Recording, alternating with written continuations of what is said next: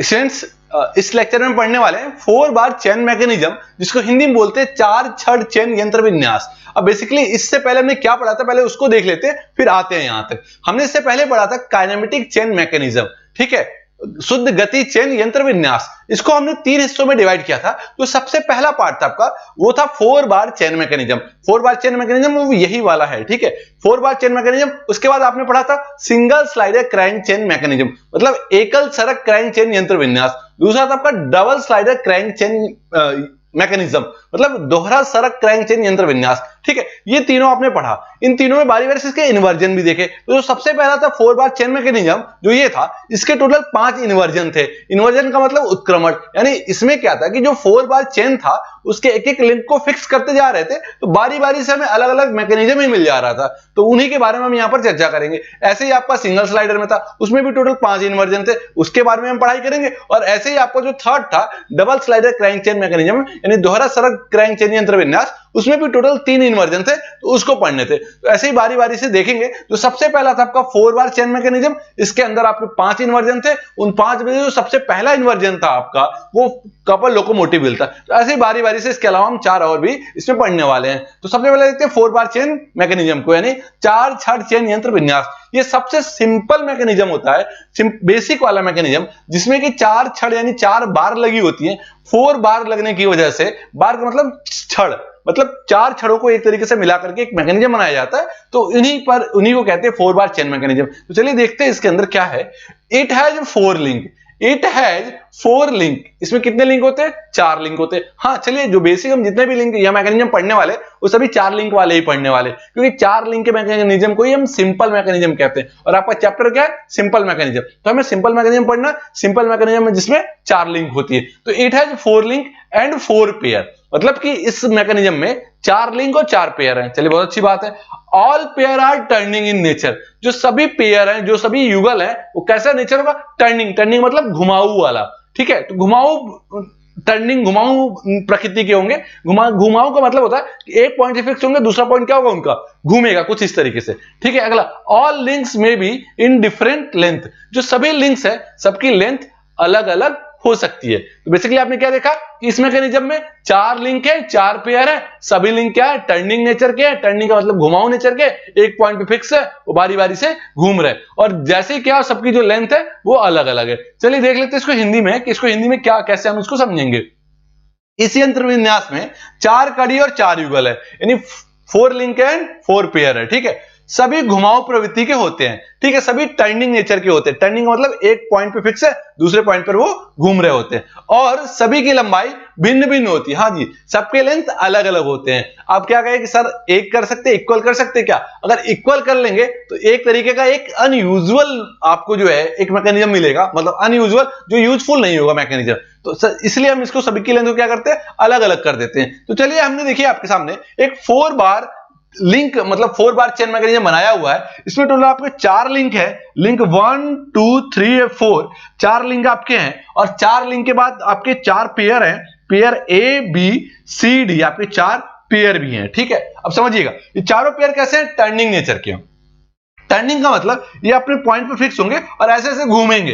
जैसे ये सी वाला है, ये भी क्या होगा? ऐसे ऐसे घूमेगा। आपका डी वाला पॉइंट है, वो भी पेयर है, वो भी ऐसे ऐसे घूमेगा। और ए वाला भी कुछ ऐसे ऐसे मूव करेगा, घूमेगा, यानी मोशन करेगा, ठीक है। देखिएगा, ये 4 बार जो चेन मैकेनिज्म है, इसकी एक लिंक हमेशा फिक्स रहती है। फिक्स रहेगी तभी ये मैकेनिज्म की तरह काम करेगा, ठीक है। आगे देखते हैं। अब जब एक फिक्स है, बाकी क्या करेंगे? मूव करेंगे, यानी ये भी मूव करेगा, कुछ ये भी मूव करेगा, तो इन दोनों की वजह से ये भी मूव करेगा। ये क्या आपका C and D. C and D को आप क्या बोलते हैं? Connecting rod. हम इसको कपलर भी बोलते हैं। कपलर का मतलब जो दो चीज को कपल कर रहा है, जोड़ रहा है बेसिकली, ठीक है। तो सबसे पहला आपका फ्रेम था, फ्रेम के बाद एक क्रैंक था। क्रैंक का काम क्या होता है? बेसिकली क्रैंक का काम ये होता है कि क्रैंक जो है वो सर्कुलर मोशन में हो रहा होता है, मतलब कि ये कुछ गोल गोल इस तरीके से एक सर्कल बना रहा होता है। इमेजिनरी सर्कल दिखेगा नहीं, लेकिन ये कुछ ऐसे सर्कल बना रहा होता है क्रैंक।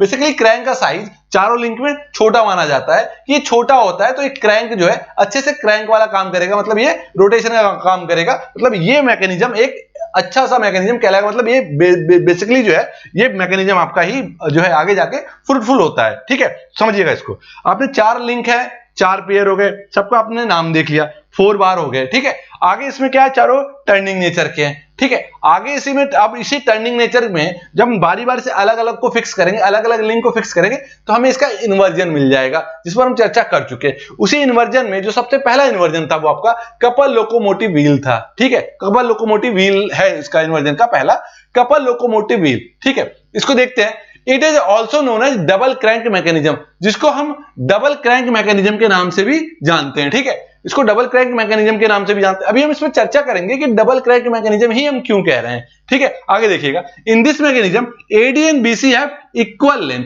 इसमें जो दो आपके लिंक है ए बी और सी डी, एडी और बीसी, ये समझिएगा, एडी और बीसी चाहे ए बी या सी डी, ये सभी क्या होंगे, इक्वल लेंथ के होंगे। यानी AD BC have equal length, AD BC have equal length and act as crank. और ये किसकी तरह काम कर रहे हैं, क्रैंक की तरह। यानी एडी और बीसी आपके क्या है, ये लेंथ इक्वल है और एक क्रैंक की तरह काम कर रहे हैं। क्रैंक की तरह काम करने का मतलब ये हुआ कि ये पूरा का पूरा एक सर्कुलर मोशन को प्राप्त कर रहे हैं, ठीक है। समझिएगा आगे, ठीक है।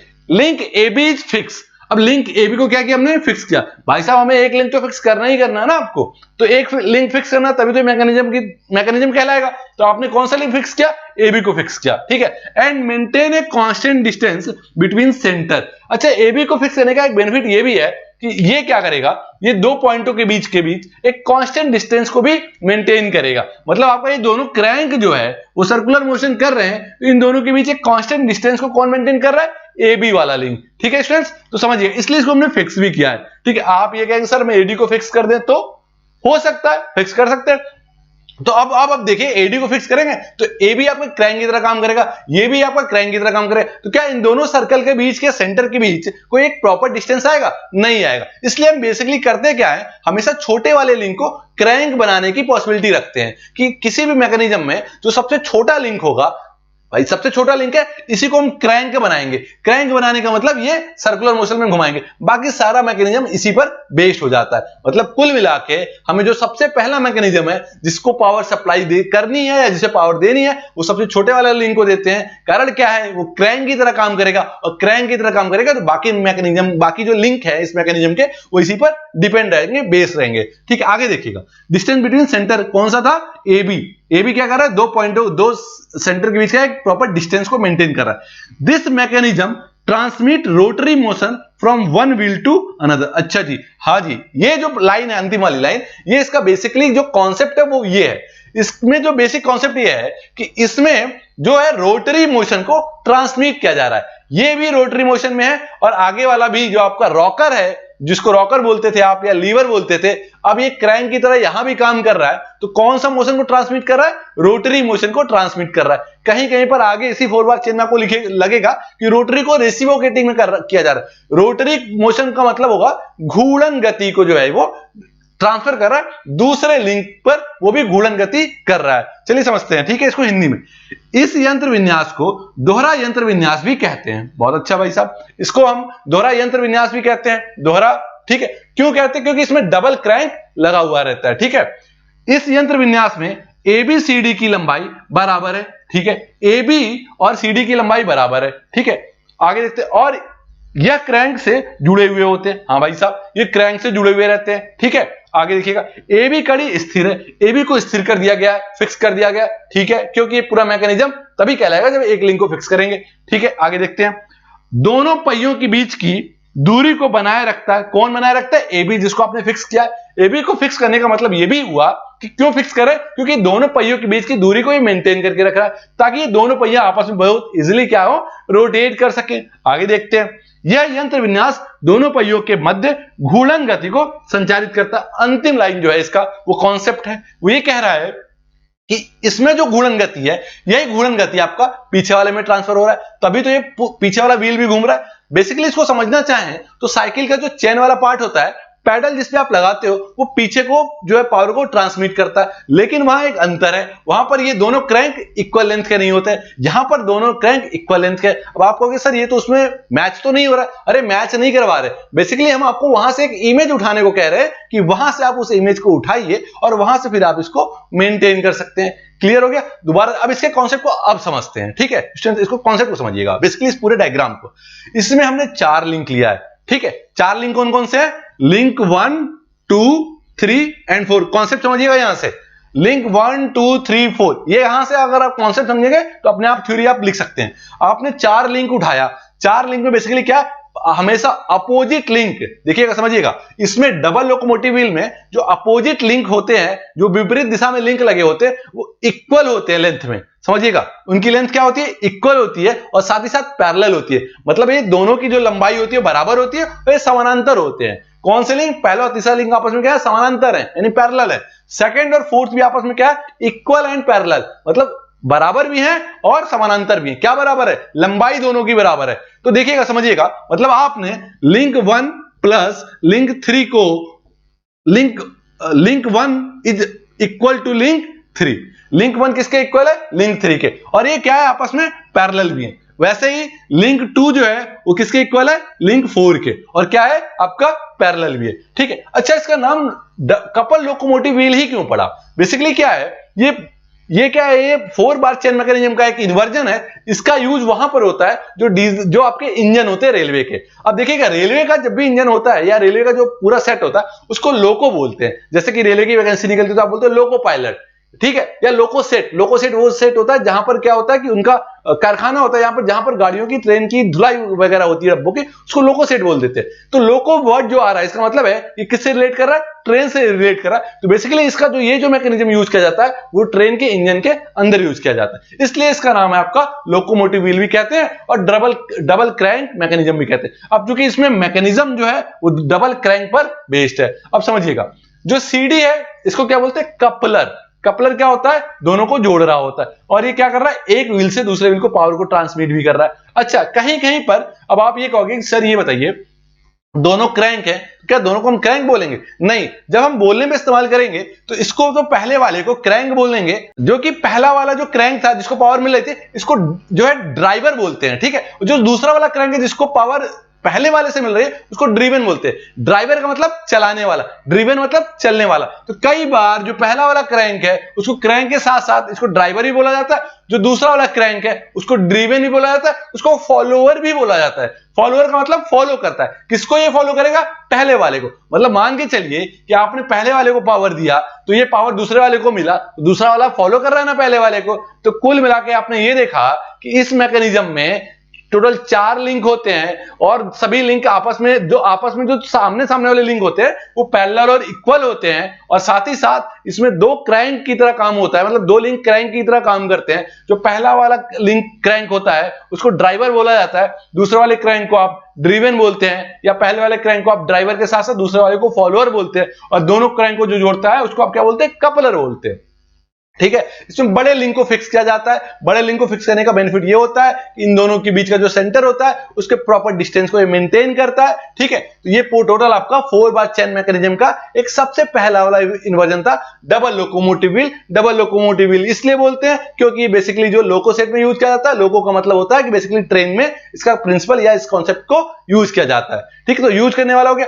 अच्छा, जो इसकी बेसिक प्रिंसिपल है वो ये है कि ये रोटरी मोशन को ही दूसरे क्रैंक में, या दूसरा जो फॉलोअर है, या दूसरा जो रॉकर है, या दूसरा जो लीवर है, उसमें क्या कर रहा है? वो रोटरी मोशन को ट्रांसमिट कर रहा है। तो अंतिम लाइन जो इसकी थी आपकी यहां पे देखिएगा, rotary motion from one wheel to another, मतलब दिस मैकेनिज्म ट्रांसमिट कर रहा है। क्या ट्रांसमिट कर रहा है? रोटरी मोशन को। समझ में आ गया? अंतिम लाइन समझने गया, यहां दोनों पहियों के मध्य घूर्णन गति को संचालित किया जाता है।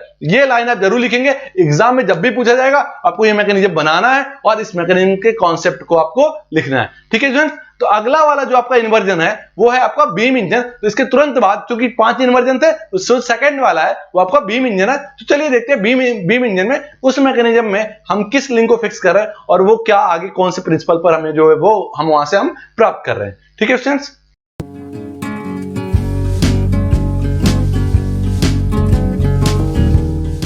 अब हमारा टॉपिक है बीम इंजन। बेसिकली जो बीम इंजन है ये 4 बार चेन मैकेनिज्म का सेकंड इन्वर्जन है। पहला इन्वर्जन आपका क्या था? डबल लोकोमोटिव व्हील है। सेकंड इन्वर्जन आपका बीम इंजन है, इसको हिंदी में बीम इंजन ही बोलेंगे। ये भी एक मैकेनिज्म है 4 बार चेन का, जिसमें हम अलग अलग लिंक को फिक्स करते थे। तो उसी इन्वर्जन में सेकंड जो आपका वो बीम इंजन आता है, ठीक है। तो चलिए इसके बारे में देखते हैं। ठीक है, इसका जो बेसिक प्रिंसिपल है इसमें क्या होता है कि रोटरी मोशन को रेसिप्रोकेटिंग मोशन में कन्वर्ट करते हैं, घूर्णन गति को प्रत्यागामी गति में बदला जाता है। लेकिन इससे पहले वाला डबल लोकोमोटिव व्हील में क्या था कि घूर्णन गति को घूर्णन गति में ही बदल रहे थे, एक क्रैंक से दूसरे क्रैंक में, लेकिन यहां पर घूर्णन गति को प्रत्यागामी गति में बदलने वाले। तो चलिए समझते हैं बीम इंजन को। ठीक है स्टूडेंट्स, हिंदी में इसको बीम इंजन ही कहा जाता है। ठीक है, तो चलिए आते हैं इसके डेफिनेशन में। ठीक है, देखिएगा, this mechanism is also known as crank and lever mechanism. मतलब कि बीम इंजन को हम एक नाम से और जानते हैं, किस नाम जानते हैं? क्रैंक एंड लीवर मैकेनिज्म के नाम से जानते हैं। कभी कभी बीम इंजन को क्रैंक एंड लीवर मैकेनिज्म के नाम से भी हम जानते हैं। बेसिकली बीम इंजन क्यों कहते हैं इस पर भी हम अभी चर्चा करेंगे। ठीक है, देखिएगा, अब इसमें देखिए लिंक 1 को हम क्रैंक मान रहे हैं, अभी आते हैं डायग्राम पर देखेंगे। लिंक 2 को हम कनेक्टिंग रॉड मान रहे हैं, कोई दिक्कत नहीं है। लिंक 3 को हम बीम मान रहे हैं, क्योंकि बीम है इसीलिए इसका नाम बीम इंजन भी है। और लिंक 4 को हम पिस्टन मान रहे हैं। ठीक है, पिस्टन क्या, पिस्टन ही है, यानी जो इसमें पिस्टन है वो आपका क्या है, लिंक 4 है। This mechanism convert rotary motion into reciprocating motion. अब ये इसका जो मेन कॉन्सेप्ट यही है कि ये किसको कन्वर्ट कर रहा है, रोटरी मोशन को रेसिप्रोकेटिंग मोशन में कन्वर्ट कर रहा है। कौन? ये जो पूरा मैकेनिज्म है। ठीक है, इसको हिंदी में अगर बात करें तो इस यंत्र विन्यास को क्रैंक एवं लीवर यंत्र विन्यास भी कहते हैं। सिंपल, अभी इसको क्रैंक एंड लीवर मैकेनिज्म भी कहा जाता है ना इसको, तो क्रैंक एवं लीवर यंत्र विन्यास भी कहते हैं इसको हिंदी में। आगे देखिएगा, इसमें जो कड़ी 1 है वो क्रैंक है। ठीक है, कड़ी 2 आपका कनेक्टिंग छड़ है यानी कनेक्टिंग रॉड है। कड़ी 3 क्या आपका धरन यानी बीम है। और कड़ी 4 क्या आपका पिस्टन है। ठीक है, क्लियर हो गया? आगे देखिएगा, पिस्टन की तरह कार्य करता है। तो हाँ ठीक है भाई, ये तो क्लियर हो गया ना आपका। क्रैंक 1 क्रैंक 2 सॉरी लिंक 1 जो है वो आपकी क्रैंक की तरह काम कर रहा है, लिंक 2 आपका कनेक्टिंग रॉड की तरह, लिंक 3 आपका धरन की तरह और लिंक 4 आपका पिस्टन की तरह काम कर रहा है। समझते हैं आगे। यह यंत्र विन्यास घूर्णन गति को प्रत्यागामी गति में बदलता है। जो मेन कॉन्सेप्ट है ये घूर्णन गति को प्रत्यागामी गति में बदला जाता है। चलिए इसके डायग्राम को देखते हैं। ये आपका सामने इसका डायग्राम है। चलिए इसका एक बेसिक कॉन्सेप्ट हम आपको बताते हैं। बेसिकली इसका जो है 1705 ईस्वी से पहले इसको जो है डिजाइन किया गया था, इस पूरे इंजन को, बीम इंजन को। इसके बाद जेम्स वाट जी आए और जेम्स वाट ने इनको उठाकर कहां यूज करने लगे, स्टीम इंजन में। तो आप कहोगे सर स्टीम इंजन से पहले इसको कहां यूज करते? स्टीम इंजन से पहले इसका यूज होता था माइनिंग में, खदानों में पानी को निकालने के लिए। ठीक है, तो पानी को निकालने के बाद बेसिकली फिर इसका आगे जेम्स वाट दिया और आगे जो इसका यूज वो है स्टीम इंजन में करने लगे। ठीक है, तो चलिए इसका ये तो एक छोटा सा थ्योरी था, एक कहानी थी जो कि आपको पता होनी चाहिए थी। चलिए आगे देखते हैं इसमें। ठीक है, अब देखिएगा लिंक 1 2 3 4 है कहां पर। ठीक है, आगे देखते हैं, यहां से स्टार्ट करते हैं। ये आपका क्या है, ये आपका फिक्स किया गया है। ठीक है, कोई दिक्कत नहीं, बेस है आपका। ये क्या है, आपका बेस है। लिंक 1 आपका क्या है, क्रैंक है। ठीक है, लिंक 2 क्या आपका कनेक्टिंग रॉड है। लिंक 3 क्या आपका धरन यानी इसको बीम बोलते हैं। ये क्या आपका बीम यानी धरन। ठीक है, लिंक 4 क्या आपका, ये आपका पिस्टन है। ठीक है, और आप देखेंगे यहां पर पिस्टन जो लिंक 4 है उसको लिंक 3 के बीच में भी कुछ ऐसा कुछ जुड़ा हुआ है। बेसिकली ये जोड़ रहा है ना, तो ये कनेक्टिंग रॉड ही कहलाएगा। ठीक है, तो समझते हैं इसमें 4 लिंक आपके हो गए। लिंक 1 क्या आपका क्रैंक है जो कि रोटरी मोशन को कर रहा है। ठीक है, और देखिएगा यहां से तो शुरू हो रही है कहानी, कहां जाके खत्म हो रही है, यहां पर। अब देखिएगा ये तो गोल गोल घूम रहा है ना, रोटेशन कर रहा है, तो ये घूर्णन गति दे रहा है आपका कौन, क्रैंक, जो सबसे छोटा लिंक है। बेसिकली याद रखेंगे, कोशिश ये करेंगे जो भी हमारे 4 लिंक होते हैं उसमें जो सबसे छोटा लिंक होता है उसको क्रैंक बनाया जाता है। उसे क्रैंक इसलिए बनाते हैं कि इस पूरे मैकेनिज्म की जो एफिशिएंसी होती है वो हमें ज्यादा बेटर मिल जाती है, इसलिए छोटे वाले लिंक को ही हम क्रैंक बनाते हैं और ये आसानी से इजिली जो है एक पूरा रोटेशन जो है वो कंप्लीट कर लेता है। तो यहाँ पे आपने रोटरी मोशन पाया, लिखा हुआ है यहाँ पर आपने, ये रोटरी मोशन है। ठीक है, मतलब रोटरी मोशन ये दे रहा है, कौन दे रहा है, क्रैंक दे रहा है, लिंक 1 दे रहा है। लिंक 1 आपका क्रैंक है, यहाँ पर लिखा हुआ है। लिंक 1 क्या आपका क्रैंक है जो कि रोटरी मोशन दे रहा है। लिंक 1 को बीम से कौन जोड़ रहा है, कनेक्टिंग रॉड। ठीक है, ये कनेक्टिंग रॉड जो है आपका ये जोड़ रहा है। ठीक है, ये क्या आपका पूरा एक बीम है। अब जो कि बीम को जोड़ रहा है तो इसलिए इसका नाम बीम किया रख दिया गया है। ठीक है, आगे देखिएगा, और ये किससे जुड़ रहा है, आपका पिस्टन से जुड़ रहा है। ठीक है, तो इसको आप चाहे तो बीम इंजन बोल दीजिए, चाहे आप इसको क्रैंक एंड लीवर मैकेनिज्म भी बोल दीजिए। अब आपका पिस्टन आपका जो है अप एंड डाउन यानी वर्टिकल मोशन कर रहा है, यानी वर्टिकल रेसिप्रोकेटिंग मोशन, यानी वर्टिकल मतलब आपका कुछ इस तरीके से आपका ये प्रत्यागामी गति आपका दे रहा है, यानी लंबवत प्रत्यागामी गति आपको ये दे रहा है। चलिए देखिएगा इसको, ये रोटरी मोशन से रेसिप्रोकेटिंग मोशन में, बेसिकली जो इसका प्रिंसिपल था रोटरी मोशन से रेसिप्रोकेटिंग। इससे पहले आपने क्या पढ़ा था, इससे जस्ट पहले आपने पढ़ा था डबल लोकोमोटिव व्हील, जिसमें आपका रोटरी मोशन को रोटरी में कन्वर्ट कर रहे थे, यानी घूर्णन गति को घूर्णन में ही कन्वर्ट कर रहे थे, बदल रहे थे। लेकिन यहां पर रोटरी को किसमें कन्वर्ट किया, वर्टिकल में। ठीक है, आगे इसको समझते हैं। अब इसका जो आज के मॉडर्न टाइम में जो इसका यूज हो रहा है, बेसिकली इसका यूज आपका स्टीम इंजन में, स्टीम इंजन के साथ साथ इसका यूज हम शिप में ज्यादा कर रहे हैं। शिप मतलब पानी की जहाजों में जो पूरा इसका यूज होता है, और साथ ही साथ इसका माइनिंग में, खदानों में भी इसका यूज किया जा रहा है। तो ये तो एक छोटा सा कॉन्सेप्ट था कि इसका यूज बेसिकली हम कहां करें। तो ये भी एक आपका जो है 4 बार चेन का इन्वर्जन है। तो ये आपका सेकंड आपका यहीं पर क्लियर हो जाता है। ठीक है स्टूडेंट्स,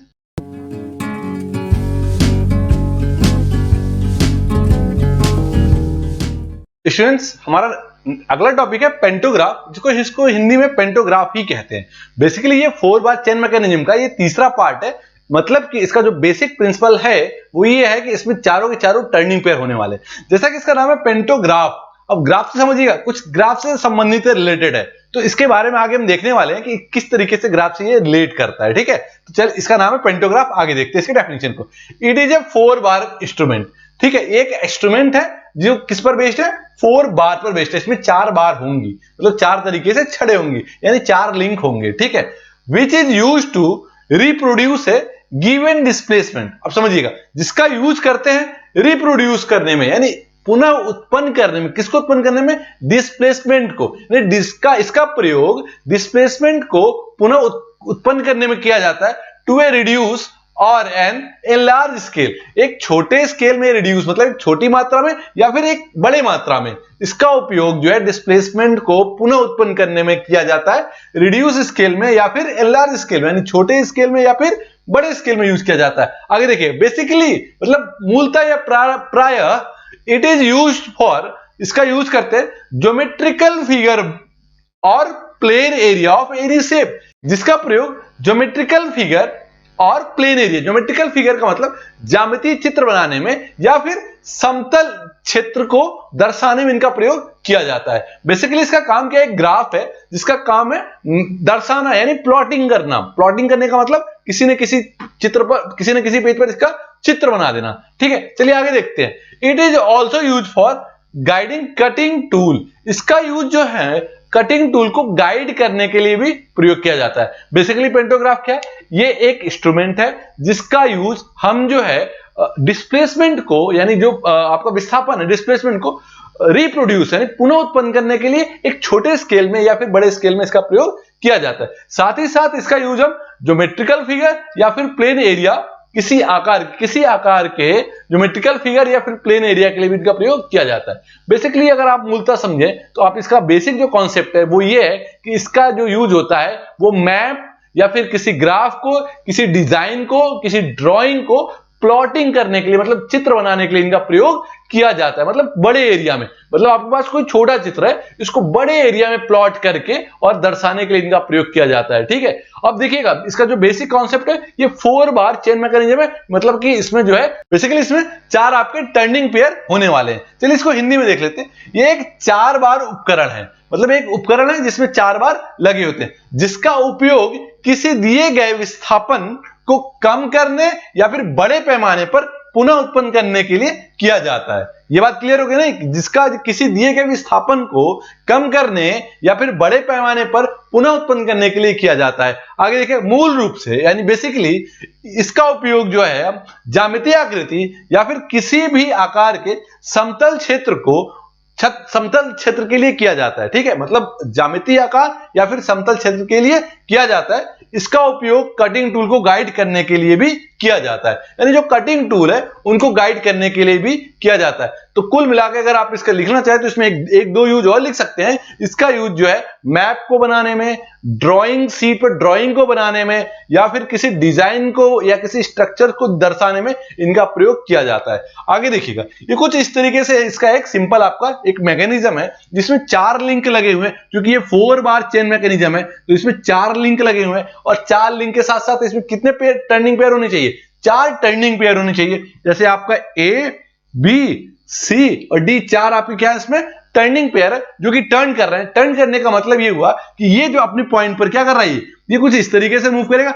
डी पॉइंट पर कुछ ये वाला लिंक ऐसे मूव करेगा, लिंक 2, और लिंक 3 भी कुछ इस तरीके से मूव करेगा, और लिंक 4 भी आपका कुछ इस तरीके से मूव करेगा। मतलब कि ये सभी पिन जॉइंटेड और सभी कैसे मूव कर रहे हैं। ठीक है, बात अब समझते, अब आपको ये थोड़ा सा और क्लियर करते हैं, ओपन करते हैं। आप सभी ने ड्राइंग शीट पर ड्राइंग तो बनाई होगी, इंजीनियरिंग ड्राइंग में जो इंजीनियरिंग ड्राइंग होता है उसमें आपने ड्राइंग बनाई होगी, उसमें एक होता है मिनी ड्राफ्टर। तो मिनी ड्राफ्टर कुछ ऐसा ही दिख रहा है, कुछ ऐसा ही मिनी ड्राफ्टर भी कुछ कुछ ऐसा ही लगता है। तो वहां से आप उस इमेज को उठाइए और वहां से कल्पना करिए कि कुछ ऐसा ही है कि इसका एक एंड आपने क्या किया है, फिक्स करके रखा हुआ है एक कॉर्नर को, बाकी सब क्या कर रहा है, इसका मूव कर रहा है और सब अलग अलग डायरेक्शन में मूव कर सकते हैं। तो अब देखिएगा कैसे ये ग्राफ को बनाता है, कैसे बेसिकली ये ग्राफ को बनाता है। मान लीजिए आपने यहां पर इस पर एक आपने कुछ पेन लगाया हुआ है इस तरीके से, और ये पेन क्या है, ग्राफ को बना रहा है। साथ ही साथ आपको सिर्फ क्या करना है, इस वाले पॉइंट को मूव कराना है। ठीक है, इसको मूव कराते ही कुछ आपका ये वाला पॉइंट भी मूव करेगा, कुछ यहां पर कुछ आपने एक पेन लगा दिया कुछ इस तरीके से। तो मान लीजिए आपने कुछ 3 पेन कुछ इस तरीके से आपने लगा रखे हैं, तो आपने सिर्फ एक पॉइंट को मूव कराया, ये 3 भी डिजाइनिंग बना दिए। मान लीजिए आपने इससे कुछ इस तरीके का एक डिजाइन बनाया, समझिएगा आपने इस वाले पॉइंट से एक डिजाइन बनाया इस तरीके से। अब आप कहेंगे सर हमने तो एक ही बनाया, तो एक ही बनाओगे तो आपको ये बताओ, ये सी बी और डी वाले पॉइंट पर भी तो लगा हुआ है, ये भी तो कुछ इस तरीके कुछ ऐसा डिजाइन बनाएगा, कुछ इस तरीके का ऐसा डिजाइन बनाएगा।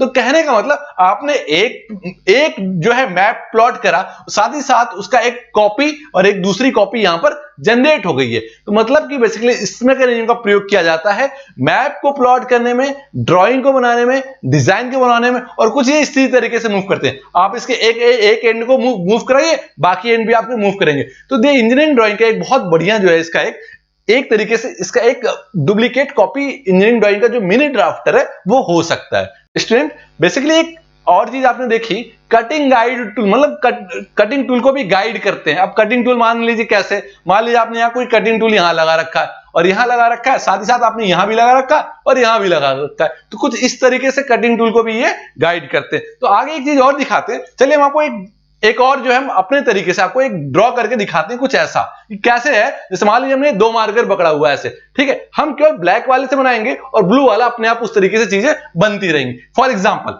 ये देखिए, कुछ में हम ऐसे लिखते हैं, कुछ हमने इस तरीके से APS को लिखा हुआ है। तो हमने बेसिकली क्या किया था, ब्लैक मार्कर को मूव कराया था, उसी से आपको ब्लू मार्कर भी इसमें कुछ इस तरीके से कनेक्ट था, तो उसकी डुप्लीकेट कॉपी बन गई या नहीं। तो उसी तरीके से आपने इससे आपने एक कॉपी बनाई और बाकी चीजें आपकी इससे कुछ इस तरीके से प्लॉट हो जा रही है। तो बेसिकली आपने क्या समझा कि पेंटोग्राफ भी है, एक 4 बार चेन मैकेनिज्म है, 4 इसमें टर्निंग पेयर होते हैं, 4 इसके लिंक होते हैं, सभी आपके पिन ज्वाइंटेड है, सभी मूव कर रहे होते हैं। इसका यूज जो है हम किसी ड्राइंग को प्लॉट करने में, मतलब किसी ड्राइंग को बनाने में, किसी स्ट्रक्चर्स को बनाने में, या फिर किसी मैप को बनाने में इनका यूज किया जाता है। ठीक है स्टूडेंट्स, बेसिकली इसका एक एग्जांपल आपको मिनी ड्राफ्टर दिया, आप वहां से इसके मैकेनिज्म को हल्का सा कंपेयर करके समझ सकते हैं। अब देखिएगा डिस्प्लेसमेंट से अगर इसको हम रिलेट करें, तो मान लीजिए आपने कुछ, अब देखिएगा एक कॉपी तो बना रही है, एक बात हमने लिखी हुई थी, ये रिड्यूस करता है फिर एनलार्ज भी करता है, मतलब छोटा भी कर सकता है या फिर बड़े एरिया में पुनः स्थापित कर सकता है। तो अब कैसे था कि मान लीजिए आपने यहां पर कुछ डिस्प्लेसमेंट यहां पर बड़ा बनाया और इसका एक छोटी कॉपी डिस्प्लेसमेंट की यहां बन गई, एक और दूसरी कॉपी कुछ इस तरीके से बन गई, मतलब तीनों की जो साइज होगी वो अलग अलग हो सकती है, यानी पुनः स्थापित कर सकते हैं, या कुछ बड़ा बना करके या फिर हम छोटा करके। तो इसका यूज जो है हम डिस्प्लेसमेंट के लिए भी कर सकते हैं। ठीक है फ्रेंड्स, इसके बाद जो हमारा नेक्स्ट टॉपिक है वो वॉट मैकेनिज्म है। वॉट मैकेनिज्म बेसिकली जो है वो जेम्स वॉट जी है, उन्हीं पर ये बेस्ड है। तो चलिए हम उसके बारे में फिर चर्चा करेंगे। ठीक है फ्रेंड्स,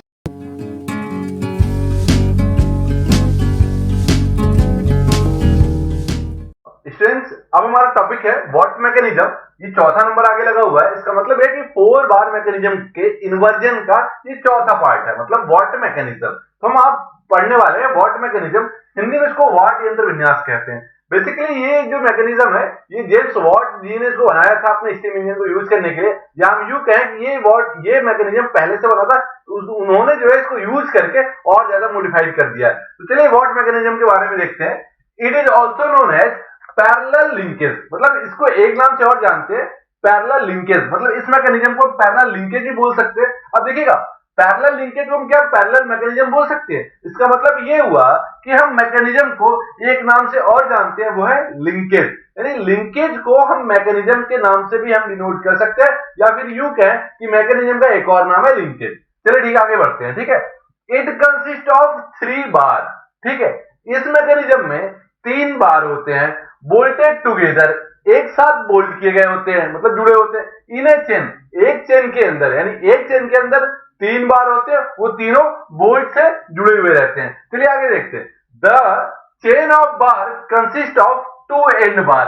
इसका मतलब था वो जो 3 बार थे उसमें 2 बार एंड बार के नाम से जाने जाएंगे। ठीक है, लिखा हुआ है the chain of bar consist 2 end bar and a middle bar, मतलब 2 बार जो है वो एंड बार होंगे, एक आपका मिडिल बार होगा। आगे समझते हैं। इन लिंकेज एनालिसिस, मतलब लिंकेज को एनालिसिस है उसके अंदर देखेंगे। In linkage analysis there is an imaginary fixed length bar, यानी एक और बार होगा जो कि इमेजिनरी होगा, लेंथ बार उसको हम कह सकते हैं। मतलब कि आपने ये देखा कि 3 बार ऊपर थे, एक बार और हमने माना कि इन लिंकेज एनालिसिस में पूरा एक बार होगा जो कि इमेजिनरी फिक्स्ड बार होगा, यानी वो बार फिक्स होगा और कैसा होगा, इमेजिनरी होगा, काल्पनिक होगा। अभी हम डायग्राम में इसको देखेंगे कैसे। ठीक है, connecting between the 2 outer and. अच्छा, वो जो बार होगा जो फिक्स बार होगा और इमेजिनरी होगा, वो क्या करेगा, दोनों एंड को क्या करेगा, कनेक्ट करेगा, यानी दोनों जो छोर है यानी आउटर एंड को क्या करेगा, कनेक्ट करेगा। ठीक है, आगे देखते हैं। Today it is used in automobile suspension, मतलब आजकल इनका यूज जो है ऑटोमोबाइल के सस्पेंशन सिस्टम में यूज कर रहे होते हैं। तो दोबारा से समझने की कोशिश करिएगा। देख, वॉट मैकेनिज्म को हिंदी में वॉट यंत्र विन्यास कहते हैं, इसको हम पैरेलल लिंकेज के नाम से भी जानते हैं। इसमें क्या होता है, कुल 3 बार जो है वो आपस में जुड़े हुए होते हैं बोल्ट के द्वारा। ठीक है, एक चेन के अंदर। अगला जो है एक और बार होता है, the chain of bar consist of 2 end bar, मतलब इसमें 2 एंड बार होते हैं, एक मिडिल बार होता है। इस पूरे लिंकेज एनालिसिस में एक बार और होता है जिसको हम फिक्स बार के नाम से जानते हैं, वो कैसा होता है, इमेजिनरी होता है और दोनों आउटर एंड को जोड़ रहा होता है। चलिए इसके हिंदी में और समझ करके और क्लियर कर लेते हैं। इसे समानांतर लिंकेज के रूप में भी जाना जाता है। क्लियर है, इसे समानांतर लिंकेज भी कहते हैं। इसमें एक श्रृंखला में एक साथ बोल्ट किए गए 3 बार होते हैं, मतलब इस श्रृंखला में, पूरे चेन में 3 जो बार हैं उनको आपस में क्या किया गया, बोल्ट करके जोड़ा गया, बोल्ट के द्वारा आपस में जोड़ा गया। ठीक है, आगे देखते हैं। बार की श्रृंखला में 2 छोर बार और एक मध्य बार होती है। इसका मतलब कि जो 3 बार थे इसमें 2 बार छोर बार होती है, मतलब एंड से जुड़े हुए होते हैं, और एक बार जो होता है वो इन दोनों के बीच में जुड़ा हुआ होता है। ठीक है, लिखा हुआ ना कि एक बार जो है मध्य में जुड़ा हुआ होता है। आगे देखते हैं।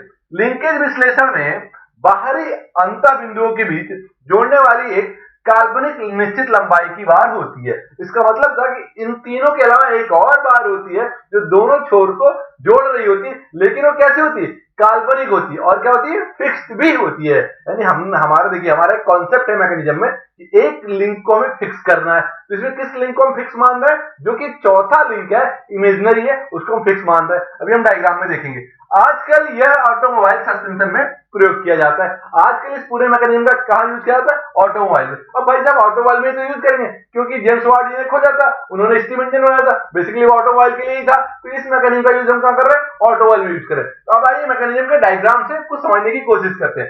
अब देखिएगा, इसमें टोटल आपको 1, 2 और 3 लिंकेज, मतलब 3 लिंक हमने दिखा रखा है। अब आप कहोगे सर आपने तो कहा था कि 4 बार मैकेनिज्म में 4 बार होनी चाहिए, यहाँ तो आप केवल 3 ही दिखा रहे हो, तो ये कैसे मैकेनिज्म कहलाएगा 4 बार का, समझने की कोशिश करते हैं। देखिएगा, पहला और तीसरा जो बार होता है उसे हम लीवर बोलते हैं, और दोनों एक एंड पॉइंट से जुड़े हुए होते हैं। दोनों की खासियत क्या है, ये दोनों पैरेलल होते हैं कुछ इस तरीके से, और इक्वल भी होते हैं। अच्छा, इन दोनों को एक बार जो जोड़ रहा होता है मिडिल वाला, ये देखिएगा, उसको लिंक 2 के नाम से जानते हैं। ये क्या कर रहा है, इनको आपस में जोड़ रहा है। किससे जोड़ रहा है, बोल्ट से जोड़ रहा है। क्लियर है, ये बोल्ट से तीनों जो है आपस में जुड़े हुए हैं। अच्छा, एक बात और है, देखिएगा, ये कुछ ऐसे डॉटेड लाइन बनी हुई है।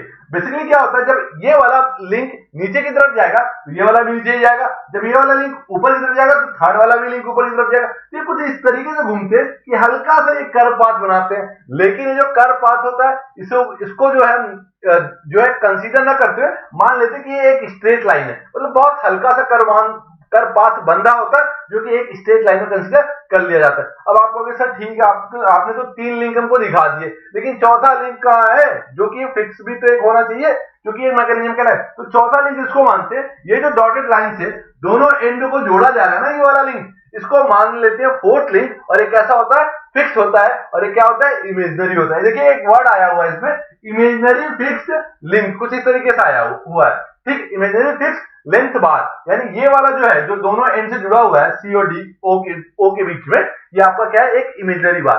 तो कुल मिला के आपने क्या देखा, ये एक वॉट मैकेनिज्म है, तीन लिंक तो सामने दिख रहे होते हैं, बेसिकली यही। अच्छा, कई बार इसमें जेईई में क्वेश्चन पूछा जाता है कि कौन सा ऐसा मैकेनिज्म है जिसमें 3 बार होते हैं, तो आप कहोगे 4 बार चेन में तो सारे में 4 बार होते हैं, लेकिन व्हाट मैकेनिज्म में 3 तो दिख रहे होते हैं प्रत्यक्ष रूप से, और एक आपको इमेजिनरी एज्यूम किया जाता है, और इसी को फिक्स्ड भी माना जाता है, क्योंकि 4 बार मैकेनिज्म का एक कॉन्सेप्ट है, पूरे मैकेनिज्म का एक कॉन्सेप्ट है कि एक लिंक को क्या करना, आपको फिक्स करना। तो पूरा आपका एक व्हाट मैकेनिज्म था, जो कि व्हाट मैकेनिज्म है, जो कि जेम्स वाट ने खोज की थी, और ये 1705 ईस्वी के आसपास जो इन्होंने इसकी शुरुआत की थी। आजकल इसका यूज हम कहां कर रहे हैं, ऑटोमोबाइल में कर रहे हैं, ऑटोमोबाइल में भी कहां कर रहे हैं, सस्पेंशन सिस्टम को कंट्रोल करने के लिए वहां पर हम इनका यूज करते हैं। ठीक है सर, अगला हमारा जो इसके बाद जो 5वां इन्वर्जन आने वाला है 4 बार चेन मैकेनिज्म का, वो है एक्रेमान स्टीयरिंग। तो चलिए हम देखते हैं एक्रेमान स्टीयरिंग को। ठीक है सर,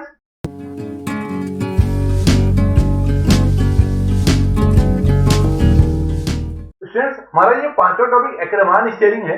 ये 4 बार चेन मैकेनिज्म का जो ये 5वां इन्वर्जन है। ठीक है, इसको हिंदी में एक्रेमान स्टीयरिंग भी बोलते हैं। बेसिकली ये पूरा मैकेनिज्म है, ये स्टीयरिंग पर बेस होने वाला है। स्टीयरिंग ये वही स्टीयरिंग है जो हम 4 व्हीलर में स्टीयरिंग यूज कर रहे होते हैं, ये वही वाला स्टीयरिंग है। यानी ये पूरा जो मैकेनिज्म है वो स्टीयरिंग, उसी स्टीयरिंग के इर्द गिर्द ये पूरा घूमने वाला है। ठीक है, मतलब उसी के आसपास ही पूरा मैकेनिज्म आपका बेस होगा। तो चलिए इसके बारे में और डिटेल में देख लेते हैं कि ये जो आपका पूरा मैकेनिज्म है ये है क्या। The Ackermann steering mechanism is a geometric arrangement of linkage. यानी ये लिंकेज का एक ज्योमेट्रिक अरेंजमेंट है। लिंकेज का ज्योमेट्रिक अरेंजमेंट का मतलब, यानी इस मैकेनिज्म में ज्योमेट्रिक अरेंजमेंट का मतलब ये होता है कि ये जो मैकेनिज्म है इसमें कुछ लेंथ होगी, यानी इसकी लिंक की कुछ ब्रेथ होगी, और साथ ही साथ एक पर्टिकुलर एंगल पर भी होंगे। जब भी हम ज्योमेट्री की बात करते हैं तो ज्योमेट्री में बेसिकली क्या होती है, लाइन और एंगल होता है। और साथ ही साथ हो सकता है कि जब एक कर्व पाथ पर ये पूरा मैकेनिज्म आपका टर्न करे तो एक रेडियस का भी ये निर्माण करे, यानी फॉर्मेशन करे। तो चलिए आगे इसको देखते हैं। The Ackermann steering is a geometric arrangement of linkage. Linkage का क्या है, ज्योमेट्रिक अरेंजमेंट है in the steering of vehicle. यानी एक व्हीकल के स्टीयरिंग के अंदर क्या है, लिंकेज का ज्योमेट्रिक अरेंजमेंट है। कौन, एक्रेमान स्टीयरिंग मैकेनिज्म। ठीक, आगे देखते हैं। Design to turn the inner and outer wheel at the appropriate angle. हम कुछ इस तरीके से इसकी डिजाइनिंग करते हैं कि जो इनर व्हील और आउटर व्हील जब ये टर्न ले रहे हो तो एक एप्रोप्रिएट एंगल बना रहे हो, यानी इनके बीच एक एप्रोप्रिएट एंगल बन रहा हो। कब, जब आप स्टीयरिंग को क्या कर रहे हो, आप टर्न कर रहे हो, तो आपका क्या हो, दोनों व्हील के दो इनर व्हील और आउटर व्हील है, इन दोनों व्हील के अंदर, दोनों व्हील के बीच में क्या बन रहा है, आपका एक एप्रोप्रिएट एंगल बन रहा हो। चलिए आगे देखते हैं। It consist of 2 equal link. अब इस मैकेनिज्म में 2 लिंक क्या होंगे, इक्वल होंगे। कौन कौन से, A B and D C. अभी हम इसके डायग्राम में देखने वाले हैं। Along with 2 unequal link D and C B. और ये किससे जुड़े हुए होते हैं, 2 अनइक्वल लिंक से जुड़े हुए होते हैं, जो कि डी एंड सी बी है। अब समझने वाली बात क्या है, A B and D C क्या है, 2 इक्वल लिंक है। आपका डी एंड सी बी क्या है, 2 अनइक्वल लिंक है। तो टोटल 4 लिंक हो गए। तो ये 4 बार मैकेनिज्म था, यानी 4 लिंक होने चाहिए थे, ये 4 लिंक आपके हो गए। आगे देखिए, the unequal link D and C B are parallel to each other. अब देखिएगा, जो 2 अनइक्वल लिंक थे डी एंड सी बी, ये क्या है, अनइक्वल है, लेकिन क्या है, ये पैरेलल है। ए बी और डी सी क्या है, जो इक्वल लिंक है, लेकिन ये पैरेलल नहीं है। तो अभी हम डायग्राम में देखने वाले हैं इन चारों लिंक को, फिर इसके बारे में हम इसमें और डिटेल देखते हैं। तो इसको पूरे डिटेल को अगर आप हिंदी में देखें, हिंदी में देख लेते हैं। एक्रेमान स्टीयरिंग यंत्र विन्यास वाहन की डिजाइन के स्टीयरिंग में आंतरिक एवं बाहरी पहियों को उचित कोण पर मोड़ने के लिए एक लिंकेज की ज्यामितीय व्यवस्था है। मतलब कि पूरा मैकेनिज्म एक ज्यामितीय व्यवस्था है। कब, जब हम पहियों को मोड़ रहे होते हैं तो उन पहियों के बीच में एक उचित कोण जो है वो बन रहा होता है। कुल मिलाकर क्या है, ज्यामितीय व्यवस्था है, यानी एक ज्योमेट्रिक जो है ये पूरा का पूरा अरेंजमेंट है। ठीक है, आगे देखते हैं। इसमें 2 समान लिंक है, A B and D C. इसमें 2 समान लिंक कौन कौन है, A B and D C. और साथ ही साथ 2 असमान लिंक है, कौन, डी एंड सी बी। मतलब डी एंड सी बी क्या है, 2 असमान लिंक। अब देखिए, ये दोनों जब असमान है तो इनके अंदर एक और चीज है, असमान link D and C B क्या है, एक दूसरे के समानांतर है। यानी ये असमान है तो समानांतर है, यानी पैरेलल है।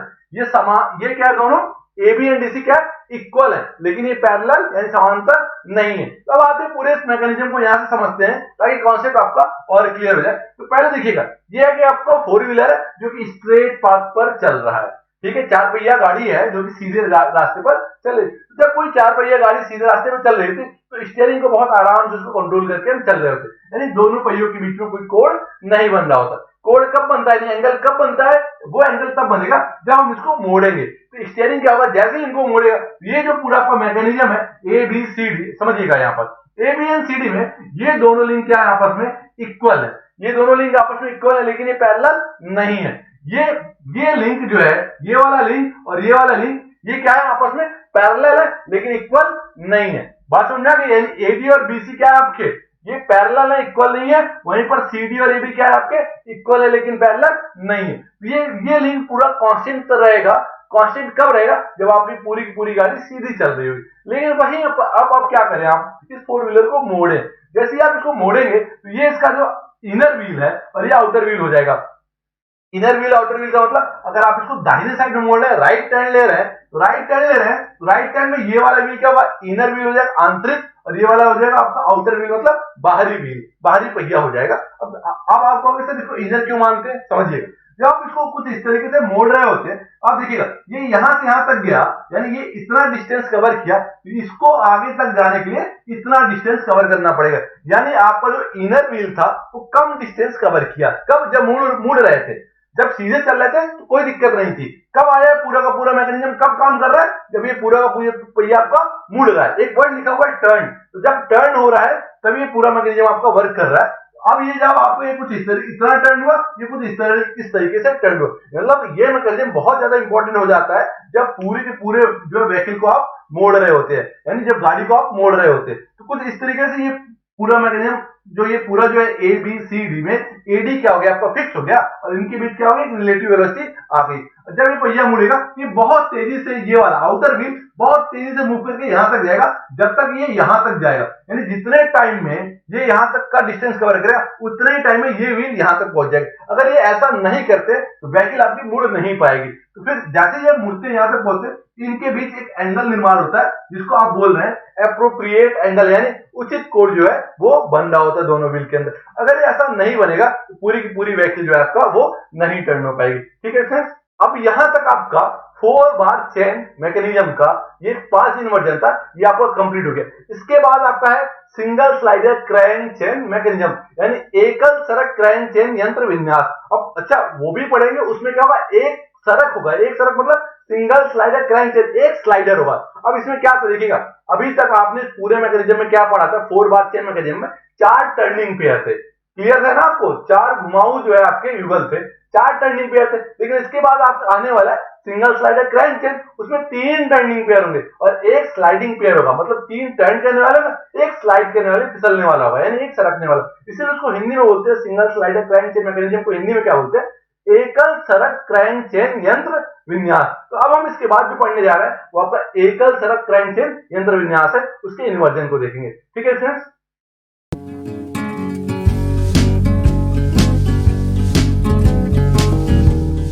स्टूडेंट्स, काइनेमेटिक चेन मैकेनिज्म का ये सेकंड पार्ट है, जिसको आप single slider crank chain mechanism भी बोलते हैं।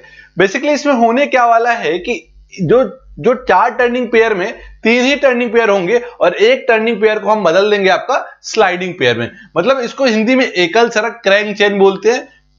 एकल सरक क्यों बोलते हैं, क्योंकि एक स्लाइडिंग पेयर इसमें लगा होता है, यानी सिंगल स्लाइडर, एक स्लाइडर होता है, बाकी सब क्या हो गया आपके इसमें टर्निंग पेयर हो गया। तो टोटल 4 थे, तो 4 पेयर थे इसमें, 4 में 3 टर्निंग पेयर और एक आपका क्या हो गया, स्लाइडिंग पेयर हो जाता है। तो स्टूडेंट चलिए समझते हैं, सिंगल स्लाइडर क्रैंक चेन में एक स्लाइडिंग पेयर है, आगे इसके बारे में डिटेल में देखते हैं। ठीक है, it is a 4 bar linkage. अब लिंकेज का मतलब हम इसे कहें कि एक 4 बार मैकेनिज्म भी है, या इसे लिंकेज बोले कि 4 बार लिंकेज है, ये एक 4 बार मैकेनिज्म है। ठीक है, in this linkage, in this mechanism there are 3 turning pair and 1 sliding pair. समझने वाली बात और इंपॉर्टेंट बात इसमें यही है कि इसमें कितने टर्निंग पेयर है, 3 इसमें टर्निंग पेयर है और एक क्या है, 1 स्लाइडिंग पेयर, एक आपका स्लाइडिंग पेयर। अगर आप ये कहें कि सर एक काम करें इसमें स्लाइडिंग पेयर हटा दें, अगर आप इसे स्लाइडिंग पेयर हटा देते हैं तो चारों के चारों क्या हो जाएंगे, टर्निंग पेयर हो जाएंगे। और जब ये टर्निंग पेयर हो जाएंगे तो ये पहले वाला जो पार्ट था 4 बार चेन मैकेनिज्म ये उनकी तरह वर्क करना शुरू कर देगा। तो चलिए, लेकिन फिर भी यहां पर आपने एक जो है स्लाइडिंग पेयर हटाया, उसी जगह आपने क्या किया, एक टर्निंग पेयर हटाया, वहां पर आपने एक स्लाइडिंग पेयर लगा दिया। ठीक है स्टूडेंट्स, तो चलिए इसमें आगे देखते हैं। It is use for converting rotary motion into reciprocating motion and vice versa. अब देखिएगा यहां पर जो मेन प्रिंसिपल आपका वो है रोटरी मोशन को रेसिप्रोकेटिंग मोशन में कन्वर्ट करना या फिर रेसिप्रोकेटिंग मोशन को रोटरी मोशन में कन्वर्ट करना। बेसिकली 4 बार चेन में क्या पढ़ा था आपने कि वहां रोटरी मोशन को रोटरी में कन्वर्ट कर रहे थे, यहां पर क्या पढ़ रहे थे कि रोटरी मोशन को रेसिप्रोकेटिंग मोशन में कन्वर्ट कर रहे हैं। ऐसा भी हो सकता है कि रेसिप्रोकेटिंग मोशन को आप रोटरी में कन्वर्ट करें। वाइस वर्सा का मतलब होता है कि या तो रोटरी से रेसिप्रोकेटिंग में या रेसिप्रोकेटिंग से रोटरी मोशन। तो कुल मिला के आपने single slider crank chain mechanism में ये देखा कि इसमें 3 टर्निंग पेयर है, एक स्लाइडिंग पेयर है। मतलब कि एक टर्निंग पेयर आपने हटाकर उसकी जगह एक स्लाइडर लगा दिया, एक फिसलने वाला लगा दिया। चलिए हिंदी में समझ लेते हैं। ये एक 4 बार लिंकेज है, मतलब 4 बार लिंकेज का मतलब एक 4 बार मैकेनिज्म है। इसमें लिंकेज में 3 घुमाऊ युगल होते हैं, यानी 3 टर्निंग पेयर होते हैं, और एक सरक युगल होता है, मतलब एक स्लाइडिंग पेयर होता है। इसका उपयोग घुमाऊ गति को प्रतिगामी गति में या फिर इसके उलट गति में परिवर्तित करता है। मतलब कि या तो आप घुमाऊ गति को प्रत्यागामी में बदले या फिर प्रत्यागामी को घुमाऊ में बदले। मतलब कुल मिला के या घुमाऊ गति से प्रत्यागामी, फिर प्रत्यागामी गति से फिर घुमाऊ गति में आप इसको बदल सकते हैं। तो कुल मिला के आपने इसमें देखा कि रोटरी मोशन को रेसिप्रोकेटिंग में या फिर रेसिप्रोकेटिंग को रोटरी मोशन में। चलिए अच्छा, इसका जो एक बेसिक डायग्राम है जो हम देखते हैं वो यही है। इसी से फिर हम इसका इन्वर्जन निकालेंगे। इन्वर्जन का मतलब होगा उत्क्रमण, मतलब कि इस सिंगल स्लाइडर क्रैंक चेन में कितने और मैकेनिज्म बन सकते हैं अलग अलग लिंक को फिक्स करके। ठीक है फ्रेंड्स, तो चलिए एक डायग्राम आपके सामने है, देखिएगा। ये आपका एक क्रैंक है जो कि सर्कुलर मोशन में घूम रहा होता है। अब देखिएगा, समझने वाली बात यह है कि इस पूरे मैकेनिज्म में हम जब बात कर रहे थे तो हमारी कोशिश ये रहती है कि इस मैकेनिज्म में जो छोटा वाला लिंक हो उसको हम फिक्स ना करें, वो आपका क्रैंक की तरह काम करे। तो हमेशा ऐसा लिंक फिक्स करते हैं कि जो कि आपका कोई बड़ा लिंक हो और छोटे वाले लिंक को क्या करे, वो सपोर्ट करे, ताकि ये किस तरह काम करे, ये आपका एक क्रैंक की तरह काम करे। यानी क्रैंक जिसको हम ले रहे हैं उसका एक एंड किससे होना चाहिए, कांस्टेंट लिंक से आपका फिक्स होना चाहिए। ठीक है स्टूडेंट्स, अगर आप इसको कांस्टेंट लिंक से फिक्स नहीं करेंगे तो ये कपलर की तरह काम करेगा, यानी कनेक्टिंग रॉड की तरह काम करेगा। तो बेसिकली आप इसमें 4 बार चेन मैकेनिज्म में क्या करेंगे कि आपका जो एक लिंक है वो आपको क्या होगा, क्रैंक की तरह काम करेगा छोटा वाला, और एक लिंक जो टर्निंग पेयर है उसको आप किस में बदल देंगे, स्लाइडिंग पेयर में बदल देंगे। तो समझिएगा कितने लिंक है, लिंक काउंट करते हैं पहले। लिंक 1 2 3 और 4। 3 क्या आपका स्लाइडर है, यही तो आपको आगे पीछे इस तरीके से मूव करेगा। ये स्लाइडर क्या करेगा, आपका फिसलेगा, ये स्लाइडर। 4th आपका क्या है, सिलेंडर, जो कि क्या आपका फिक्स है। तो चलिए देखते हैं 1 2 3 एंड 4, 4 आपके लिंक हो गए। इसमें देखिएगा टर्निंग पेयर कौन कौन से हैं, 3 टर्निंग पेयर चाहिए था आपको। एक टर्निंग पेयर आपका ये हो गया, दूसरा टर्निंग पेयर ये हो गया, तीसरा टर्निंग पेयर आपका ये हो गया। 3 टर्निंग पेयर हो गए, एक स्लाइडिंग पेयर और चाहिए था आपको। एक स्लाइडिंग पेयर ये है जो इन दोनों के बीच में स्लाइड कर रहा है। तो इसमें बेसिकली क्या था, आपको 3 स्लाइडिंग पेयर चाहिए थे, सॉरी 3 टर्निंग पेयर चाहिए थे, एक स्लाइडिंग पेयर चाहिए था। तो 3 टर्निंग पेयर, 1 2 3 टर्निंग हो गए, एक आपका स्लाइडिंग हो गया। तो ये पूरा का पूरा एक बेसिकली हम आपको इसलिए समझा रहे हैं क्योंकि आगे जितने भी इन्वर्जन है वो सब इसी पर बेस्ड है। तो यहां पर आप क्लियर हो जाएंगे तो इन्वर्जन बहुत आसानी से आपका क्लियर हो जाएगा। ठीक है स्टूडेंट, तो आप यहां पर देखिए लिंक 1 को आपने क्या माना है, लिंक 1 को आपने क्रैंक नाम दिया है। ठीक है, लिंक 2 को आपने क्या बोला, कनेक्टिंग रॉड। कनेक्टिंग रॉड का बेसिकली काम क्या होता है, क्रैंक को और पिस्टन को कनेक्ट करना। तो इसको आप पिस्टन बोलते हैं। ये क्या हो गया, आपका पिस्टन हो गया। तो पिस्टन को आपको कनेक्ट कर रहा है कौन, लिंक 2 यानी कनेक्टिंग रॉड। तो लिंक 2 को आपने क्या मान लिया है, कनेक्टिंग रॉड। लिंक 3 क्या आपका स्लाइडर, जो 3 नंबर लिखा हुआ था ये आपका क्या था, स्लाइडर, जो कि स्लाइड हो रहा है। ठीक है, क्लियर है। लिंक 4 क्या आपका सिलेंडर यानी फिक्स्ड। लिंक 4 क्या आपका सिलेंडर, जिसको आपने फिक्स कर रखा है। बेसिकली आपके 4 लिंक हो गए, 4 लिंक में आपके 3 टर्निंग पेयर हो गए, एक आपका स्लाइडिंग पेयर हो गए। तो मेन जो प्रिंसिपल है आपका, ये आपका सिंगल स्लाइडर क्रैंक चेन का वो यही है, और इसका काम क्या है, रोटरी मोशन को रेसिप्रोकेटिंग में कन्वर्ट करना और रेसिप्रोकेटिंग को आपका रोटरी में कन्वर्ट करना। इसके टोटल 5 इन्वर्जन है। इसके बाद जो पहला इन्वर्जन आपका आ रहा है वो आपका पेंडुलम पंप है, उसके बारे में हम यहां पर पढ़ाई करने जा रहे हैं। ठीक है स्टूडेंट्स,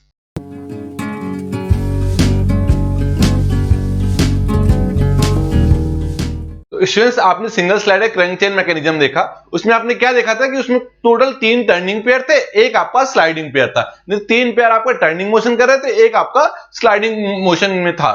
ठीक है, बेसिकली उस मैकेनिज्म में एक और बात आपने देखी कि उसमें आपने रेसिप्रोकेटिंग मोशन को रोटरी में कन्वर्ट किया, रोटरी मोशन को रेसिप्रोकेटिंग में कन्वर्ट किया। मतलब कि आपने उसमें प्रत्यागामी गति को आपने घूर्णन गति में बदला, और या फिर घूर्णन गति को आप प्रत्यागामी गति में बदलते हैं। तो ये आपका था single slider crank chain mechanism का एक पूरा कॉन्सेप्ट। चलिए उसी पर बेस हमारे कुछ जो इन्वर्जन है, उसमें सबसे पहला इन्वर्जन आपका पेंडुलम पंप आता है। तो चलिए पेंडुलम पंप के बारे में देखते हैं। बेसिकली इसका नाम है पेंडुलम पंप, यानी एक ऐसा पंप जो पेंडुलम की तरह वर्क करेगा। तो ये जो मैकेनिज्म है ये पंप के तौर पर यूज किया जाता है। अब पंप के तौर पर मतलब समझ गए पंप का काम क्या होता है, तो वहां पर ये मैकेनिज्म आपका यूज किया जा रहा है। तो चलिए इस मैकेनिज्म के बारे में हम डिटेल में देखते हैं कि ये मैकेनिज्म आपका क्या है। चलिए देखते हैं। In this mechanism where sliding pair link 4 is fix. इसका मतलब है कि जो स्लाइडिंग पेयर है, आपको मालूम होना चाहिए कि इसमें 3 टर्निंग पेयर और एक स्लाइडिंग पेयर होता है। तो जो आपका स्लाइडिंग पेयर है वो लिंक 4 में है और लिंक 4 के आपका फिक्स है। चलिए देखते हैं। लिंक 3 आपको क्या कर रहा है, रेसिप्रोकेट कर रहा है। लिंक 3 आपको क्या कर रहा है, रेसिप्रोकेट कर रहा है। लिंक 1 आपका ऑक्सीलेट कर रहा है और लिंक 2 आपका रोटेट कर रहा है। चलिए सर देखते हैं। एक आपका फिक्स हो गया, एक आपका रेसिप्रोकेट कर रहा है, एक आपका ऑक्सीलेट कर रहा है और अगला जो लिंक आपका बच रहा है वो रोटेट कर रहा है। मतलब कि आपने देखा कि एक लिंक आपका फिक्स हो गया, यानी एक जो है आपका फिक्स हो गया, बाकी 3 आपके जो है मोशन में है वो सारे लिंक। क्योंकि आपका मैकेनिज्म का एक कॉन्सेप्ट होता है कि एक लिंक आपको फिक्स करना ही करना है। तो चलिए देखते हैं इसको हिंदी में कि इस यंत्र विन्यास में सरक युगल जो है वो लिंक 4 फिक्स्ड है। मतलब कि लिंक 4 आपका फिक्स्ड है, उसके अंदर क्या आपका सरक युगल है, यानी आपका स्लाइडिंग पेयर है। लिंक 3 प्रत्यागामी गति कर रहा है, ये क्लियर हो गया आपका। लिंक 1 आपका दोलन गति कर रहा है, मतलब कि आपका जो है ऑक्सीलेटिंग मोशन है। ठीक है। लिंक 2 आपका घुमाव गति कर रहा है, मतलब कि रोटेट कर रहा है। चलिए डायग्राम से इसके समझते हैं कि ये सारे लिंक कहां पर है, ये कैसे इसका वर्किंग हो रहा है। तो एग्जाम में जब भी पूछा जाएगा पेंडुलम पंप, आप क्या करेंगे, उसकी कॉन्सेप्ट को लिखेंगे और कॉन्सेप्ट में एक लाइन आप ये भी लिखेंगे जो इसका मेन कॉन्सेप्ट है, जो सभी के लिए कॉमन होगा सिंगल स्लाइडर क्रैंक चेन में, कि ये रोटरी मोशन को रेसिप्रोकेटिंग मोशन में कन्वर्ट कर रहा है या फिर रेसिप्रोकेटिंग को रोटरी मोशन में। तो ये जो लाइन है, ये जितने भी इन्वर्जन आपको पहला, दूसरा, तीसरा, चौथा, पांचवा, जितने भी इन्वर्जन आपको दिखेंगे उन सब में ये कॉमन होने वाला है। तो चलिए देखते हैं, इस डायग्राम को समझते हैं आपका। चलिए देखते हैं आपका। देखिएगा लिंक 4 आपका क्या है, फिक्स है। ये डैश डैश लाइन लगी हुई है, इसका मतलब ये क्या है आपका फिक्स है। और इसी में एक आपका लिंक 3 जो है वो इससे क्या जुड़ा हुआ आपका स्लाइडिंग पेयर। ठीक है। कितना टर्निंग पेयर है आपके, 3 टर्निंग पेयर। एक टर्निंग पेयर आपका एक ये है, दूसरा टर्निंग पेयर ये, तीसरा आपका ये है और चौथा आपका क्या है, ये स्लाइडर है जो कि इसमें स्लाइड कर रहा है। ठीक है स्टूडेंट। तो आप देखिएगा जो सबसे छोटा लिंक होता है, बेसिकली अगर हम उसको फिक्स नहीं किए हैं, अगर देखिए सबसे छोटा लिंक फिक्स नहीं है तो उसको हम क्रैंक की तरह यूज करेंगे। कैसे यूज करेंगे आपका, क्रैंक की तरह। अब देखिएगा ये कुछ लिंक आपका और कुछ ये चारों तरफ घूमेगा, मतलब आप ऐसे समझिए कि ये आपका एक है, एक लिंक ये कुछ ऐसे घूमेगा तो ये ऊपर जाएगा या फिर ये आगे की तरफ आएगा तो नीचे आएगा। मतलब कुल मिला के ये आपका जो है स्लाइडिंग, ये ऊपर नीचे आपका जो है स्लाइड करेगा और ये आपका क्या होगा, रोटेट करेगा। ठीक है। तो एक आपका इसमें रोटेट कर रहा है, रोटेट कौन कर रहा है, लिंक 2। तो लिंक 2 क्या कर रहा है आपका, रोटेट कर रहा है। और लिंक 3 आपका क्या कर रहा है, इसमें लिंक 3 आप देखिए क्या लिखा हुआ है लिंक 3 में, लिंक 3 आपका रेसिप्रोकेट कर रहा है। रेसिप्रोकेटिंग का मतलब होता है कुछ इस तरीके से प्रत्यागामी गति कर रहा है आपका लिंक 3। ठीक है। और लिंक 2 क्या कर रहा था आपका, रोटेट करता है। बचा कौन आपका, लिंक 1। लिंक 1 क्या कर रहा है, ऑक्सीलेट। ऑक्सीलेट का मतलब होता है ये कुछ ऐसे ऐसे ऊपर नीचे जाना, जैसे झूला होता है ना ऑक्सीलेटिंग मोशन में, वो कुछ वैसा जो है आपका ये दोलन गति कर रहा है। बात क्लियर हो गई आपकी।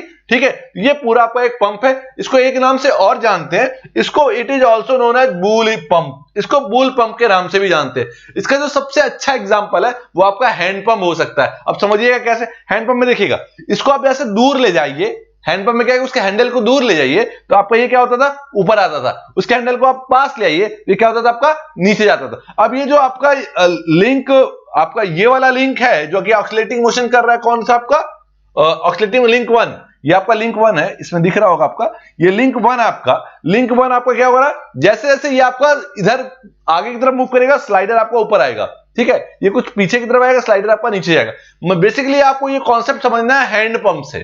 ठीक है, तो हैंड पंप बुल पंप का एक एग्जांपल हो सकता है। जितना आपका ये लिंक 1 आपका ऐसे जाएगा तो स्लाइडर आपका ऊपर जाएगा, लिंक 1 आपका पीछे आएगा, स्लाइडर आपका नीचे जाएगा। तो ये आपका स्लाइडर है जो कि आपका स्लाइडिंग मोशन कर रहा है। तो पूरा सिंगल स्लाइडर, ऐसे एक ही स्लाइडर तो लगा हुआ है, इसलिए इसका नाम है single slider crank chain mechanism. ठीक है, बात क्लियर हो गई। 3 टर्निंग पेयर हो गए, टर्निंग पेयर आपको दिख रहा है, इसको बुल इंजन के नाम से भी जानते हैं। एग्जाम में जब भी पूछा जाएगा आपको डायग्राम के साथ एक्सप्लेन करना है। बिना डायग्राम के आप एक्सप्लेन करेंगे तो एग्जामिनर ये समझ जाएगा कि आप जो है रटाए रटाए शब्द लिख रहे हैं। चलिए आगे देखते हैं oscillating cylinder engine.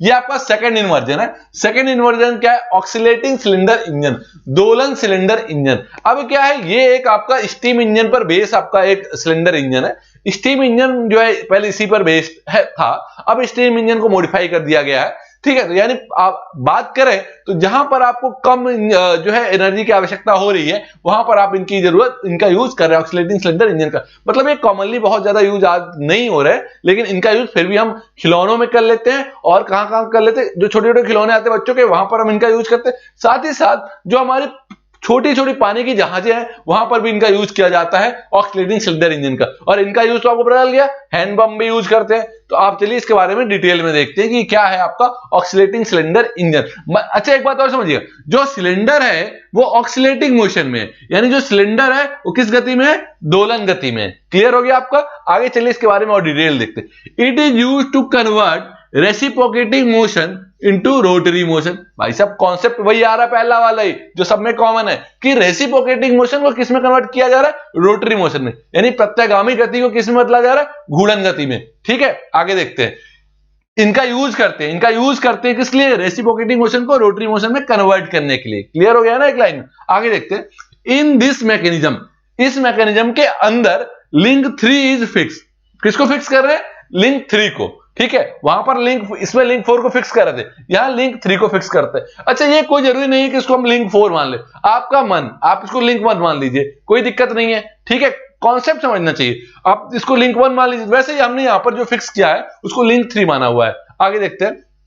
Link 2 is rotate. अब इसमें लिंक 2 आपका रोटेट कर रहा है, लिंक 1 आपका रेसिप्रोकेट कर रहा है, लिंक 4 आपका ऑक्सीलेट कर रहा है। बेसिकली यही 4 आपके इसमें भी थे, यही 4 आपके इसमें भी थे। चलिए देखते हैं इसको हिंदी में। इसका उपयोग प्रत्यागामी गति को घुमाव गति में परिवर्तित करने के लिए किया जाता है। मतलब क्लियर हो गया, प्रत्यागामी गति को किस में बदलेंगे आप? घुमाव गति में, यानी घूर्णन गति में आप इसको बदलेंगे। देखिए इस यंत्र विन्यास में, इस मैकेनिज्म में लिंक 3 को आपने क्या किया? फिक्स कर दिया, स्थिर कर दिया। ठीक है, मतलब इसमें कोई मोशन नहीं है। आपको भाई साहब 4 बार चेन मैकेनिज्म है ना, आपको एक लिंक तो फिक्स करना ही करना है, तो आपने किसको फिक्स किया? इसमें लिंक 3 को आपने फिक्स कर दिया। आगे देखते हैं। लिंक 2 को घुमाव गति में तो रहेगा, कोई ना कोई गति में तो रहेगा नहीं, बाकी सारे मोशन में रहेंगे। तो लिंक 2 आपका घुमाव गति में है। क्लियर है। लिंक 1 आपका प्रत्यागामी गति, प्रत्यागामी मतलब रेसिप्रोकेटिंग मोशन में, यहां तक क्लियर हो रहा है। और लिंक 4 आपका दोलन गति में, ऑक्सीलेटिंग जो है मोशन में। अच्छा ये जो सारे चीजें, अब हम इसको डायग्राम में देखते हैं और समझते हैं। चलिए देखिएगा, इसमें समझने वाली बात क्या है। ये आपका एक स्लाइडर है भाई साहब, सिंगल स्लाइडर है ना, इसका नाम ही है सिंगल स्लाइडर क्रैंक चेन। तो ये आपका एक स्लाइडर है जो कि क्या होगा? स्लाइड करेगा, फिसलेगा। इसके अंदर? सिलेंडर के अंदर। ठीक है, तो सिलेंडर को आपने लिंक 4 मान लिया यहां पर। अब देखिएगा, ये आपका एक लिंक आपने फिक्स कर दिया लिंक 3 को। लिंक 2 आपका क्रैंक है, लिंक 1 आपका जो है ये पिस्टन रॉड जो कि इससे पिस्टन से कनेक्ट है। अब समझिएगा, ये आपका बाहर सिलेंडर था, सिलेंडर के अंदर पिस्टन है, पिस्टन से कौन कनेक्ट हुआ? Piston rod. पिस्टन रॉड किससे जुड़ा हुआ? क्रैंक से। और आपने लिंक 3 को फिक्स कर दिया। एक बात आप ये समझिएगा, कोई भी जो 4 बार चेन मैकेनिज्म होता है, जो सबसे छोटा जो लिंक होता है उसको हम क्रैंक मानते हैं। अब आप ये कहोगे सर ऐसा क्यों? बड़े वाले को क्रैंक मान ले तो मान सकते हैं, कोई दिक्कत नहीं, लेकिन हमें लगता है कि छोटे वाले को मानने में ये इजिली रोटरी मोशन में कन्वर्ट हो जाएगा, मतलब एफिशिएंसी हाई आपको मिलने वाली है। तो चलिए देखते हैं इसको। अब देखिएगा, ये आपका एक सर्कुलर मोशन में है, कौन? लिंक 2 यानी क्रैंक। देखिएगा लिंक 2 घुमाव गति में है ना, कैसे मोशन में? सर रोटेटिंग कर रहा है। लिंक 3 क्या आपका? फिक्स हो गया। लिंक 3 क्या आपका? फिक्स है, ये कहीं नहीं जा रहा है। ठीक है, लिंक 4 आपका ऑक्सीलेटिंग है। अब देखिएगा, ऑक्सीलेटिंग का मतलब ये हुआ, ये कुछ ये डब्बा था जो आप सिलेंडर जिसको कह रहे हैं, ये कुछ ऐसे जाएगा, ऐसे ऐसे, ऊपर नीचे, मतलब ये ऐसे ही रहेगा थोड़ा सा। ठीक है, जब मान लीजिए पिस्टन पीछे आया तो नीचे आ गया, पिस्टन आगे की, पिस्टन यहां कुछ पहुंचा, पिस्टन यहां पहुंच गया तो सिलेंडर ऊपर पहुंच गया, पिस्टन नीचे आ गया तो सिलेंडर आपका नीचे आ गया। मतलब ये क्या कर रहा है? आपका दोलन गति कर रहा है।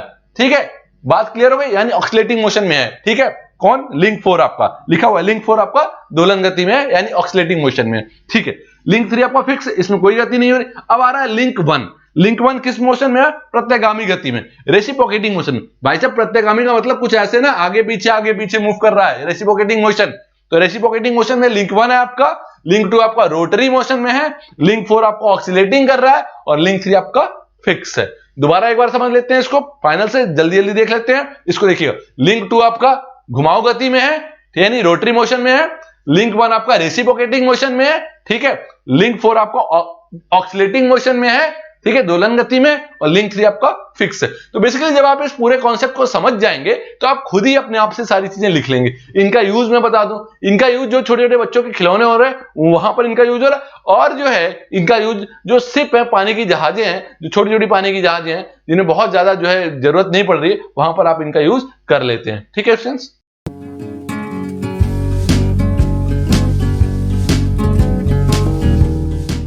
Students single slider crank chain mechanism का ये थर्ड इन्वर्जन होने वाला है आपका। तो थर्ड इन्वर्जन देखते हैं तीसरा इन्वर्जन क्या है। इससे पहले आपने 2 इन्वर्जन देख रखे। इन्वर्जन का मतलब हो गया कि single slider crank chain mechanism में जो हम अलग अलग लिंक को फिक्स करते हैं तो उसमें क्या क्या हमें जो मिल रहा है, कौन कौन से मैकेनिज्म मिल रहे हैं, उसी के बारे में देखते हैं। तो चलिए जो थर्ड वाला है इसकी बात करते हैं, crank and slotted lever quick return motion mechanism. इसका नाम आपको देखने में बहुत बड़ा लग रहा होगा, लेकिन हाँ नाम बड़ा है, वैसे इसके काम भी है, कई जगह ये यूज होता है, बहुत इंपॉर्टेंट मैकेनिज्म है, क्योंकि ये जो है एग्जाम पॉइंट ऑफ व्यू से और साथ ही साथ कंपटीशन के पॉइंट ऑफ व्यू से इससे क्वेश्चन आते ही आते हैं। तो चलिए इसको समझते हैं। हिंदी में इसको बोलते हैं क्रैंक तथा स्लॉटेड लीवर द्रुत वापसी यंत्र विन्यास। समझने वाली बात यह है कि इसमें 2 चीजें जो है वो इंपॉर्टेंट है, पहला तो क्रैंक, दूसरा आपका स्लॉटेड लीवर। ठीक है, इन दोनों में क्या है? क्विक रिटर्न मोशन, मतलब क्विक रिटर्न, इसमें जो मोशन हो रहा है बहुत तेजी से हो रहा है। Mechanism quick return motion mechanism, तो ये आपका एक पूरा का पूरा मैकेनिज्म है। इसको हिंदी में बोलेंगे क्रैंक तथा स्लॉटेड लीवर द्रुत वापसी। इसमें जो इंपॉर्टेंट पार्ट है द्रुत वापसी, मतलब बहुत तेजी से वापस होता है। ठीक है, तो अभी हम इसको समझेंगे इसके डायग्राम में कि कैसे बहुत तेजी से वापस हो रहा है, फिर ये आगे की तरफ आ रहा है, फिर बहुत तेजी से वापस हो रहा है, फिर आगे की तरफ आ रहा है। ठीक है, ये पूरा का पूरा एक मैकेनिज्म है। चलिए इसके बारे में डिटेल में देखते हैं। ठीक है, this mechanism is mostly used in shaping machine, slotting machine and rotary IC engine, यानी रोटरी इंटरनल कंबशन इंजन। ये जो मैकेनिज्म है इसका ज्यादातर जो यूज होता है वो शेपिंग मशीन में यूज होता है, स्लॉटिंग मशीन में यूज होता है, और रोटरी आईसी इंजन यानी रोटरी इंटरनल कंबशन इंजन में यूज होता है। बेसिकली देखिएगा, शेपिंग मशीन और स्लॉटिंग मशीन एक बहुत इंपॉर्टेंट मशीन है मैन्युफैक्चरिंग डिपार्टमेंट में। तो आप अभी इंडस्ट्रियल ट्रेनिंग वगैरह जब आप कर रहे होंगे या किए होंगे तो आप वहां पर ये सारी मशीनें आपने देखी होंगी, शेपिंग मशीन और स्लॉटिंग मशीन। चलिए रोटरी इंटरनल कंबशन इंजन, ये तो सिंपल आईसी इंजन है, ऑटोमोबाइल का पार्ट है। चलिए आगे देखते हैं। In this mechanism link 3 is fix. अच्छा ठीक है, देखिएगा मैकेनिज्म तभी कहलाएगा जब उसका एक लिंक फिक्स करेंगे। तो इसमें किस लिंक को फिक्स किया आपने? लिंक 3 को। लिंक 3 क्योंकि इसमें क्या है? कनेक्टिंग रॉड है। चलिए अभी डायग्राम में देखेंगे। Link 2 is crank. लिंक 2 क्या आपका? क्रैंक है और रोटरी मोशन कर रहा है। वो कैसा मोशन कर रहा है? Rotary motion. लिंक 3 कोई मोशन नहीं करेगा क्योंकि फिक्स है, तो फिक्स लिंक कोई मोशन नहीं करता।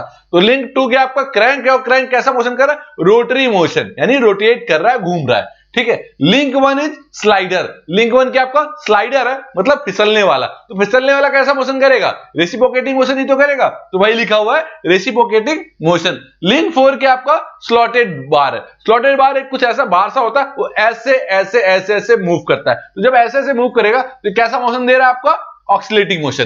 क्लियर हो गया? तो आपने ये देखा कि इसमें टोटल 4 लिंक है, एक लिंक आपने फिक्स कर दिया है। लिंक 3 आपका फिक्स है, लिंक 2 आपका क्रैंक है जो कि रोटरी मोशन दे रहा है, लिंक 1 आपका क्या? स्लाइडर है जो कि रेसिप्रोकेटिंग मोशन दे रहा है, और लिंक 4 आपका स्लॉटेड लीवर है जो कि आपका ऑक्सीलेटिंग मोशन दे रहा है। तो ठीक है, इसको हिंदी में देख लेते हैं कि पूरा का पूरा मैकेनिज्म का कॉन्सेप्ट क्या है। ठीक है, इस यंत्र विन्यास का उपयोग ज्यादातर शेपिंग मशीन में, स्लॉटिंग मशीन में या घूर्णी अंतर्धान इंजन में किया जाता है। ये तो क्लियर हो गया। 3 जो है मेन इंपॉर्टेंट मशीनों में इनका यूज किया जा रहा है। ठीक है, इस यंत्र विन्यास में लिंक 3 जो है वो स्थिर है। जो लिंक 3 है वो कौन सा है? स्थिर है। लिंक 2 क्या आपका? क्रैंक है। ठीक है, तो क्रैंक कैसी गति कर रहा है? घूर्णन गति कर रहा है, गोल गोल घूम रहा है कुछ ऐसा। लिंक 1 क्या आपका? स्लाइडर है। स्लाइडर क्या आपका? स्लाइड कर रहा है, यानी सरक कर रहा है, यानी फिसल रहा है। ठीक है, कैसी गति कर रहा है, प्रत्यागामी गति कर रहा है। और लिंक 4 क्या आपका स्लॉटेड बार है, और स्लॉटेड बार गया, बार का मतलब होता है एक तरीके से सरिया या छड़, ठीक है। तो स्लॉटेड बार कुछ इस तरीके से आपका ये दोलन गति कर रहा है, ठीक है। तो चलिए इसके डायग्राम से देखते हैं कि इसमें आपको अब तो आपको समझ में आ गया कि स्लॉटेड बार क्या आपका ये जो सबसे बड़ा वाला बार है जो सरिया या छड़ जैसा दिख रहा है वो स्लॉटेड बार हो गया। तो कौन सा लिंक हो गया आपका लिंक 4, और कैसा मोशन कर रहा है, ऑक्सिलेटिंग मोशन, ठीक है, क्लियर है। लिंक 2 क्या आपका क्रैंक, क्रैंक कैसा मोशन कर रहा है, सर्कुलर मोशन, देखिए सर्कुलर बना रहा है यानी रोटरी मोशन, क्लियर है ना, घूर्णन गति जिसको कह रहे हैं। लिंक 3 क्या आपका फिक्स है, क्लियर है।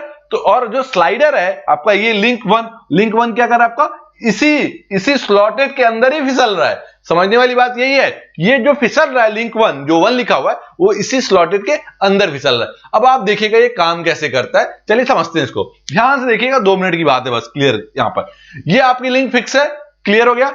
अब क्या क्रैंक तो बचा, हमेशा याद रखिएगा, हमने एक बात फिर बार बार बोल रहा हूं कि जो सबसे छोटी लिंक होती है उसको क्रैंक मानते हैं। क्रैंक इसलिए मानते हैं क्योंकि ये आसानी से एक सर्कुलर मोशन ये कंप्लीट कर लेता है। तो ठीक है, ये कंप्लीट कर रहा है आराम से। जब ये कंप्लीट कैसे करेगा, अब देखिएगा ये स्लॉटेड आपका यहां है, अगर आप इस जो क्रैंक को यहां लेकर के आए तो यहां भी तो आ सकता है, तो यहां पर आ सकता है। ये जो आपका स्लॉट, ये आपका जो लीवर है वो कुछ इस तरीके से, स्लॉटेड बार जो है वो कुछ इस तरीके से यहां पहुंचेगा, और आपका ये जो रैम आपका कुछ यहां आ जाएगा, ठीक है। तो स्लाइडर कहां जाएगा, आपका यहां आ जाएगा, ठीक है। तो आप ये देखिएगा, ये इसका एंड पॉइंट है, यानी बार जो है ये इधर अंतिम अवस्था में इसकी यही है, इसके वो इधर नहीं आएगा, आगे वो कहां तक जा सकता है, मान लीजिए कि आपका ये जो है यहां तक गया, कुछ ये ऐसे हो जाएगा, ठीक है। तो ये इसका, ये देखिएगा ये जो स्लॉटेड बार है वो कुछ यहां से शुरू हुआ और यहां तक गया, यहां से शुरू हुआ यहां तक गया, यहां से शुरू हुआ यहां तक गया, मतलब ये कैसा मोशन कर रहा है आपका, ऑक्सिलेटिंग मोशन कर रहा है। ये कैसा मोशन कर रहा है, ऑक्सिलेटिंग मोशन, यहां से यहीं तक ही तो मूव कर सकता है, सर्कुलर मोशन नहीं कर रहा ना। सर्कुलर मोशन कौन कर रहा है आपका, क्रैंक, यानी रोटरी मोशन, घूर्णन गति कौन कर रहा है, क्रैंक। स्लॉटेड कैसा कर रहा है आपका, ऑक्सिलेटिंग मोशन। और स्लाइडर क्या कर रहा है, ये इसी में फिसल रहा है, ये फिसल के यहां से या यहां तक पहुंच सकता है, ठीक है, ये यहां से यहां तक पहुंच सकता है। तो आपको क्लियर हो गया ये पूरा का पूरा, दोबारा से समझ लेते हैं। ये एक मशीन है जिसमें स्लॉटेड बार लगा हुआ है, स्लॉटेड बार से आपका रैम लगा हुआ है, रैम से टूल लगा हुआ है, टूल क्या करता है, कटिंग करता है। जब ये आगे की तरफ कट कर रहा होता है तब ये इतनी तेजी से नहीं आता, लेकिन जब ये पीछे की तरफ आता है, भाई साहब पीछे तो कोई टूल नहीं लगा हुआ है ना, तो पीछे तो कटिंग करेगा नहीं, ये वापस आएगा, फिर वापस आएगा, फिर आगे जाएगा, आगे जाने के बाद बहुत तेजी से वापस आएगा। जैसे ही वापस आएगा तो बहुत तेजी से वापस आएगा, इसीलिए इसे बोलते हैं क्विक रिटर्न। रिटर्न हो रहा है कैसा, क्विक, बहुत तेजी से। यानी ये जो स्लॉटेड बार है जब आगे जाएगा तब तो कटिंग कर रहा होगा, जब कटिंग करेगा तो धीरे धीरे कटिंग करेगा, लेकिन जब कटिंग कर चुका होगा तो वापस आएगा। तो वापस आए भाई साहब, जब तक ये वापस आएगा तभी तो आप जो है टूल को जो जिस पर आपको कटिंग करना होगा वो चेंज भी तो करोगे आप। तो देखिएगा, आएगा तो बहुत तेजी से जाएगा, धीरे धीरे आएगा, बहुत तेजी से जाएगा, धीरे धीरे। तो जब बहुत तेजी से वापस आएगा तो क्विक रिटर्न मोशन मैकेनिज्म। तो आपने क्या देखा, ये एक ऐसा मैकेनिज्म है जो कि 3 मशीनों में यूज हो रहा है, शेपिंग मशीन, स्लॉटिंग मशीन और रोटरी आईसी इंजन में यूज हो रहा है। इसमें एक स्लॉटेड बार लगा होता है, इसका काम क्या होता है कि आपको जो है टूल को कट करना, जब ये वापस आएगा बहुत तेजी से वापस आएगा, इसलिए इसका नाम है क्विक रिटर्न। और जब आगे जाएगा तो चूंकि वर्किंग कर रहा होगा तो कटिंग कर रहा होगा तो इसकी स्पीड थोड़ी कम होगी। ये पूरा का पूरा आपका एक मैकेनिज्म है, इसको बोलते हैं जो crank and slotted lever quick return motion mechanism. अगर हिंदी में बात करें तो क्रैंक तथा स्लॉटेड लीवर द्रुत वापसी यंत्र विन्यास। अब इसके बाद जो चौथा इन्वर्जन है वो भी जो है इसी क्विक रिटर्न मोशन मैकेनिज्म पर ही बेस्ड है, उसका नाम है विथवर्थ क्विक रिटर्न मोशन मैकेनिज्म। ठीक है स्टूडेंट्स,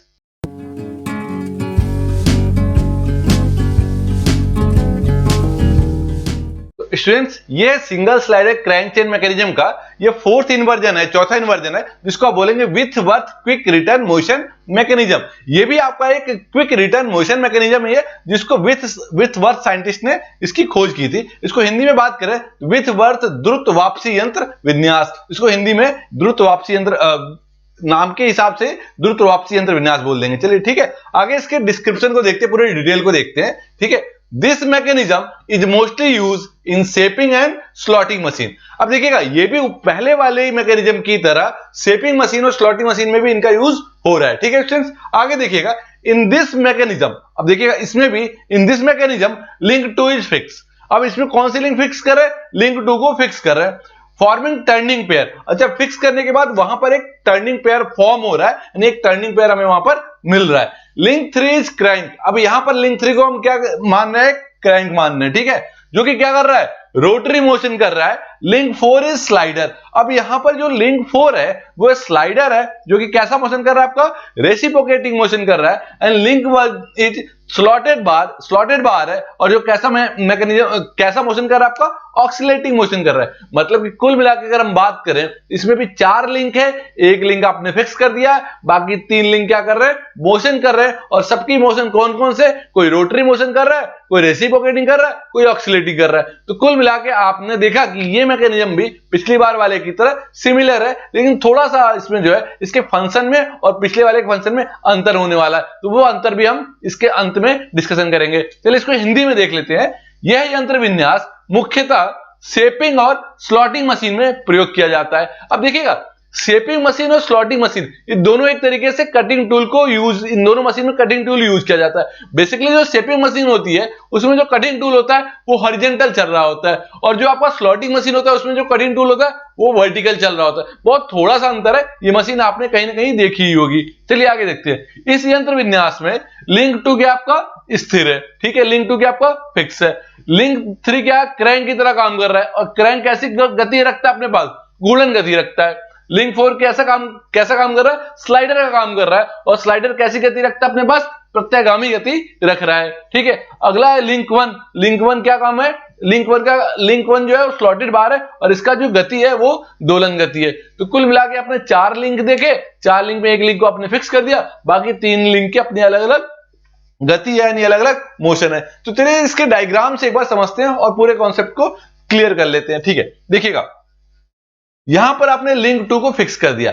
अब देखिएगा, यहां समझने वाली बात है, यहां पर मुश्किल से 2 से 3 मिनट में पूरा कॉन्सेप्ट यहां पर क्लियर होने वाला है। ये जो आपका लिंक है, स्मॉल लिंक, बेसिकली हमने आपसे क्या कहा था कि स्मॉल लिंक को फिक्स नहीं करते थे, उसको क्रैंक की तरह यूज करते थे, तो वहां पर हमें एफिशिएंसी ज्यादा मिल जाती थी। लेकिन यहां पर थोड़ा सा अलग किया गया, जो आप, चूंकि ये इन्वर्जन है ना, तो इन्वर्जन में क्या कर सकते हैं हम, बारी बारी से सभी लिंक को फिक्स करके चेक कर सकते थे, चेक करते हैं। तो यहां पर आपने क्या किया, तो सबसे छोटा वाला लिंक है उसको फिक्स कर दिया।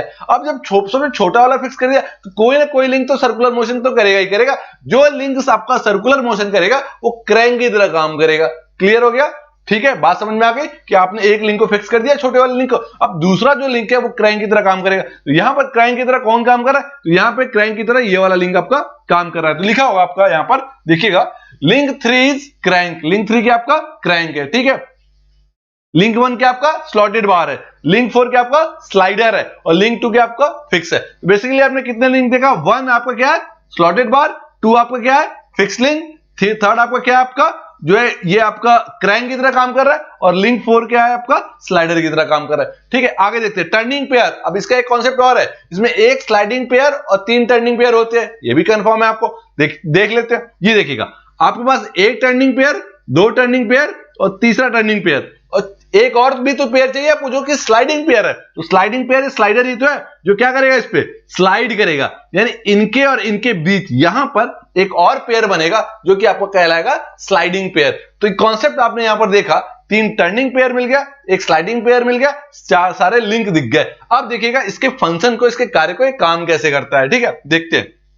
देखिएगा, ये पूरा का पूरा आपका एक स्लॉटेड बार है, ठीक है। अब ये स्लॉटेड बार है, यही स्लॉटेड बार यहां पर एक सर्कुलर मोशन क्रिएट कर रहा है, यानी यहां पर आपको एक सर्कुलर मोशन मिल रहा है। इससे पहले वाले में स्लॉटेड बार सर्कुलर मोशन नहीं करता था, यहां पर स्लॉटेड बार सर्कुलर मोशन कर रहा है। तो इनके और उनके बीच सबसे बड़ा अंतर यही है, पहला वाला अंतर। आगे भी हम बारी बारी चर्चा करेंगे। तो यहां पर देखिएगा, स्लॉटेड बार कुछ इस तरीके से घूर्णन गति कर रहा है, आप देखिएगा, ये देखिएगा कुछ इस तरीके से एक बड़ा सा सर्कल जो है ये बना रहा है। अब इसके एंड वाले पार्ट पर क्या जोड़ देते हैं, रैम, और रैम से क्या लगा हुआ आपका कटिंग टूल। अब देखिएगा, जो एंड वाला पार्ट है ये भी एक छोटा सा सर्कल बनाएगा, ये भी क्या बना रहा है, एक छोटा सा इमेजिनरी सर्कल बना रहा है। अब अंतर क्या है कि एक आपका जो है एक एंड आपका बड़ा सर्कल बना रहा है, जो दूसरा एंड आपका एक छोटा सर्कल बना रहा है। अब देखिएगा, बड़ा सर्कल बनाने का मतलब ये ज्यादा टाइम ले रहा है, ज्यादा टाइम लेने का मतलब कि आपका जो रैम है वो आगे बढ़ रहा है फॉरवर्ड डायरेक्शन में। देखिएगा, जब रैम आपका फॉरवर्ड डायरेक्शन में होगा तो कुछ इस तरीके से इतना बड़ा सर्कल बनेगा। जब रैम आपका बैकवर्ड डायरेक्शन में आएगा, पीछे आएगा, तो कुछ इस तरीके से स्मॉल सर्कल बनेगा। अब देखिएगा फॉरवर्ड और बैकवर्ड में सर्कल जो है वो स्मॉल या जो है लार्ज बन क्यों रहा है। अब समझिएगा, इसका नाम क्या है आपका, क्विक रिटर्न मोशन। इसका मतलब आप समझने वाले हैं क्विक रिटर्न मोशन। अब देखिएगा, जब ये रिटर्न होगा तब इसका मोशन कैसा होगा, क्विक होगा, बहुत तेजी से होगा। तो जब बहुत तेजी से होगा तो ये एक स्मॉल सर्कल बनाएगा, लेकिन जब ये आगे की तरफ बढ़ेगा फॉरवर्ड डायरेक्शन में, तो ये काम कर रहा होगा ना, ये कटिंग कर रहा होगा। कटिंग कर रहा होगा तो कटिंग करने में टाइम लगता है, तो उस तरीके से कुछ ये बड़ा सा सर्कल बनाएगा, और रिटर्न करने में कम टाइम लग रहा है तो आपका ये छोटा सर्कल बनाएगा। अब देखिएगा, जब ये रैम आपका रिटर्न होगा तब तो कोई काम नहीं कर रहे हैं ना, तब तक हम टाइम क्यों खराब करें। तो उस टाइम को कम करने के लिए हम क्या करते हैं, आपका एक जो है रिटर्निंग आपका जो है एक सर्कल आपका यहां पर बन रहा होता है। तो इसलिए क्विक रिटर्न, बहुत तेजी से हम इसको रिटर्न कराते हैं, और फॉरवर्ड हम धीरे धीरे कराते हैं। रिटर्निंग बहुत तेजी से कराते हैं, फॉरवर्ड हम धीरे धीरे कराते हैं। तो जब रिटर्निंग बहुत तेजी से कराएंगे, इसलिए इसका नाम हो जाता है क्विक रिटर्न मोशन मैकेनिज्म। ठीक है, तो पहला अंतर आपने इसमें और इससे पहले वाले crank and slotted quick return motion mechanism में देखेंगे, इसमें जो बार है आपका वो सर्कुलर मोशन कर रहा है, लेकिन इससे पहले वाले में बार जो था आपका वो केवल ऐसे ऐसे मूव कर रहा था, ऑक्सीलेटिंग मोशन। आपको दिखाया होगा मैंने कुछ ऐसे ऐसे करके, कि वहां पर जो बार था वो आपको ऑक्सीलेटिंग मोशन कर रहा था, यहां पर बार आपका सर्कुलर मोशन कर रहा है। अच्छा, एक और दूसरा जो सबसे इंपॉर्टेंट डिफरेंस है उसको देख लेते हैं, समझिएगा। देखिएगा, यहां पर दो एंगल बनते हैं, एंगल मतलब कोण। जब ये आपका ये स्लॉटेड बार ही बनाता है, जब ये स्लॉटेड बार आगे की तरफ बढ़ रहा होता है तो बोलते हैं फॉरवर्ड एंगल, जब ये पीछे की तरफ आ रहा होता है तो बोलते हैं जो है बैकवर्ड एंगल या रिटर्निंग एंगल। ठीक है, इसमें क्या होता है, फॉरवर्ड एंगल रिटर्निंग एंगल दोनों अलग अलग होते हैं, लेकिन इससे पहले वाले में जिसमें आपने crank and slotted quick return motion mechanism पढ़ा था, उसमें जो फॉरवर्ड एंगल और रिटर्न एंगल दोनों इक्वल होते हैं। यहां पर फॉरवर्ड एंगल और रिटर्न एंगल दोनों क्या होंगे, डिफरेंट होंगे। अब इक्वल वहां पर इक्वल, यहां पर डिफरेंट। अच्छा, यहां पर आपका जो है स्लॉटेड बार पूरा सर्कुलर मोशन कर रहा है, वहां पर स्लॉटेड बार ऑक्सीलेटिंग मोशन कर रहा है। तो ये दो बड़े डिफरेंस आपके हैं, crank and slotted bar quick return motion mechanism और विर्थवर्थ क्विक रिटर्न मोशन मैकेनिज्म। तो देखा आपने कि काफी ज्यादा सिमिलरिटीज भी है, लेकिन थोड़ा सा अंतर भी है। ठीक है स्टूडेंट्स,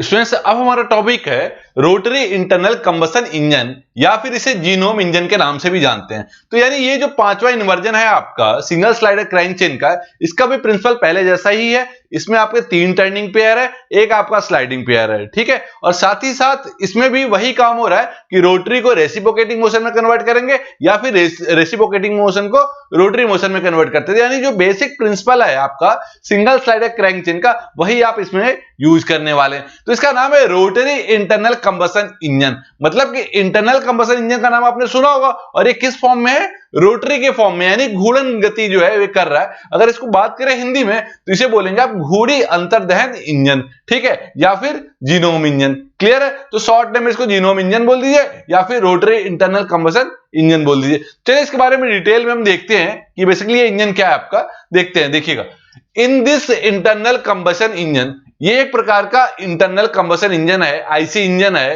मतलब अंतर्दहन इंजन है, जिसमें दहन जो है आंतरिक रूप से हो रहा है। ठीक है, आगे देखते हैं। Odd number of cylinder are used. अच्छा, इसमें जो सिलेंडर यूज किए जा रहे हैं इस पूरे जो है आईसी इंजन में, इंटरनल कंबशन इंजन में, उनकी संख्या कैसे होने वाली है, उनका नंबर ऑड नंबर में होने वाला है, मतलब 1, 3, 5, 7, 9 वगैरह वगैरह। लेकिन जो जनरली इसमें यूज करते हैं वो 5 और 7 का यूज करते हैं, कहीं कहीं पर 9 यूज करते हैं। क्लियर है, मतलब ऑड नंबर तो यूज करेंगे, लेकिन ऑड नंबर में 5, 7, 9 में भी ज्यादातर कौन सा यूज कर रहे हैं आप, 7 नंबर का यूज कर रहे हैं। तो क्लियर हो गया आपका कि आपने क्या देखा कि in this internal combustion engine odd number of cylinder are used. Clear हो गया आगे देखिए, इट कंसिस्ट ऑफ 7 सिलेंडर। हमने जो अभी लिया हुआ है उसमें कितने सिलेंडर है, 7 सिलेंडर है। It consist of 7 cylinder in a plane, मतलब एक ही प्लेन में, मतलब एक साथ वो 7 सिलेंडर जो है वो जोड़े गए हैं एक ही सीरीज में पूरा। ठीक है, आगे देखते हैं। And all piston are connected to 1 point. अब देखिएगा, अब सिलेंडर है, सिलेंडर के अंदर पिस्टन भी होगा, तो वो पिस्टन एक ही पॉइंट पर आकर के जुड़ रहे हैं। मतलब कि आपने क्या देखा कि 7 सिलेंडर हैं, और 7 सिलेंडर कुछ इस तरीके से सीरीज में जुड़े हुए हैं एक सर्कल फॉर्म में, और सबका जो पिस्टन है वो एक ही बिंदु पर आकर के क्या हो रहा है, जुड़ रहा है, ठीक है। तो वही हमने कहा आपसे कि all piston are connected to one point. आगे देखिए, which is other end of crank, जो कि जो जुड़ रहे हैं जिस पॉइंट पर वो क्रैंक का एक छोर है। क्लियर है, आगे देखते हैं। And crank is fix. अब इसमें जो डायग्राम है हमारा, उसमें हमने क्रैंक को क्या हुआ है, किया हुआ है, फिक्स किया हुआ है, जिसको कि हम लिंक 2 मान रहे हैं। क्लियर है, आगे देखिएगा। लिंक 4 हमने किसको माना हुआ है, कनेक्टिंग रॉड को। क्लियर है, जो कि क्रैंक और पिस्टन को जोड़ रहा है। आगे देखिएगा। अच्छा, कनेक्टिंग रॉड मोशन कौन सा कर रहा है, रोटेटिंग मोशन कर रहा है, यानी रोटेट कर रहा है, घूर्णन गति कर रहा है। आगे देखिएगा। लिंक 3 आपको क्या है, पिस्टन, और पिस्टन क्या कर रहा है आपका, रेसिप्रोकेटिंग मोशन कर रहा है, मतलब स्लाइड कर रहा है, फिसल रहा है। अब पिस्टन किसके अंदर स्लाइड करेगा, सिलेंडर के अंदर स्लाइड करेगा। चलिए आगे देखते हैं। एंड लिंक 1 किसको माना आपने, सिलेंडर को। तो क्लियर हो गया पूरे डायग्राम में। पूरे डायग्राम में आपको यह देखना है कि लिंक 2 क्या आपका फिक्स है, ठीक है, लिंक 4 क्या आपका कनेक्टिंग रॉड है, लिंक 3 आपका क्या है, पिस्टन है, और लिंक 1 आपका क्या है, सिलेंडर है। तो अब आप ये देखिएगा, इस पूरे मैकेनिज्म की अगर हम बात करें तो मैकेनिज्म में क्या होता है, एक लिंक को आप फिक्स कर देते हैं। तो इसमें आपने क्रैंक को फिक्स किया हुआ है, जो कि लिंक 2 है। तो बाकी लिंक आपको फिक्स नहीं होंगे, यानी मोशन में होंगे, ठीक है। और इसमें 3 टर्निंग पेयर और 1 स्लाइडिंग पेयर होने वाला है। चलिए इसको हिंदी में समझ लेते हैं।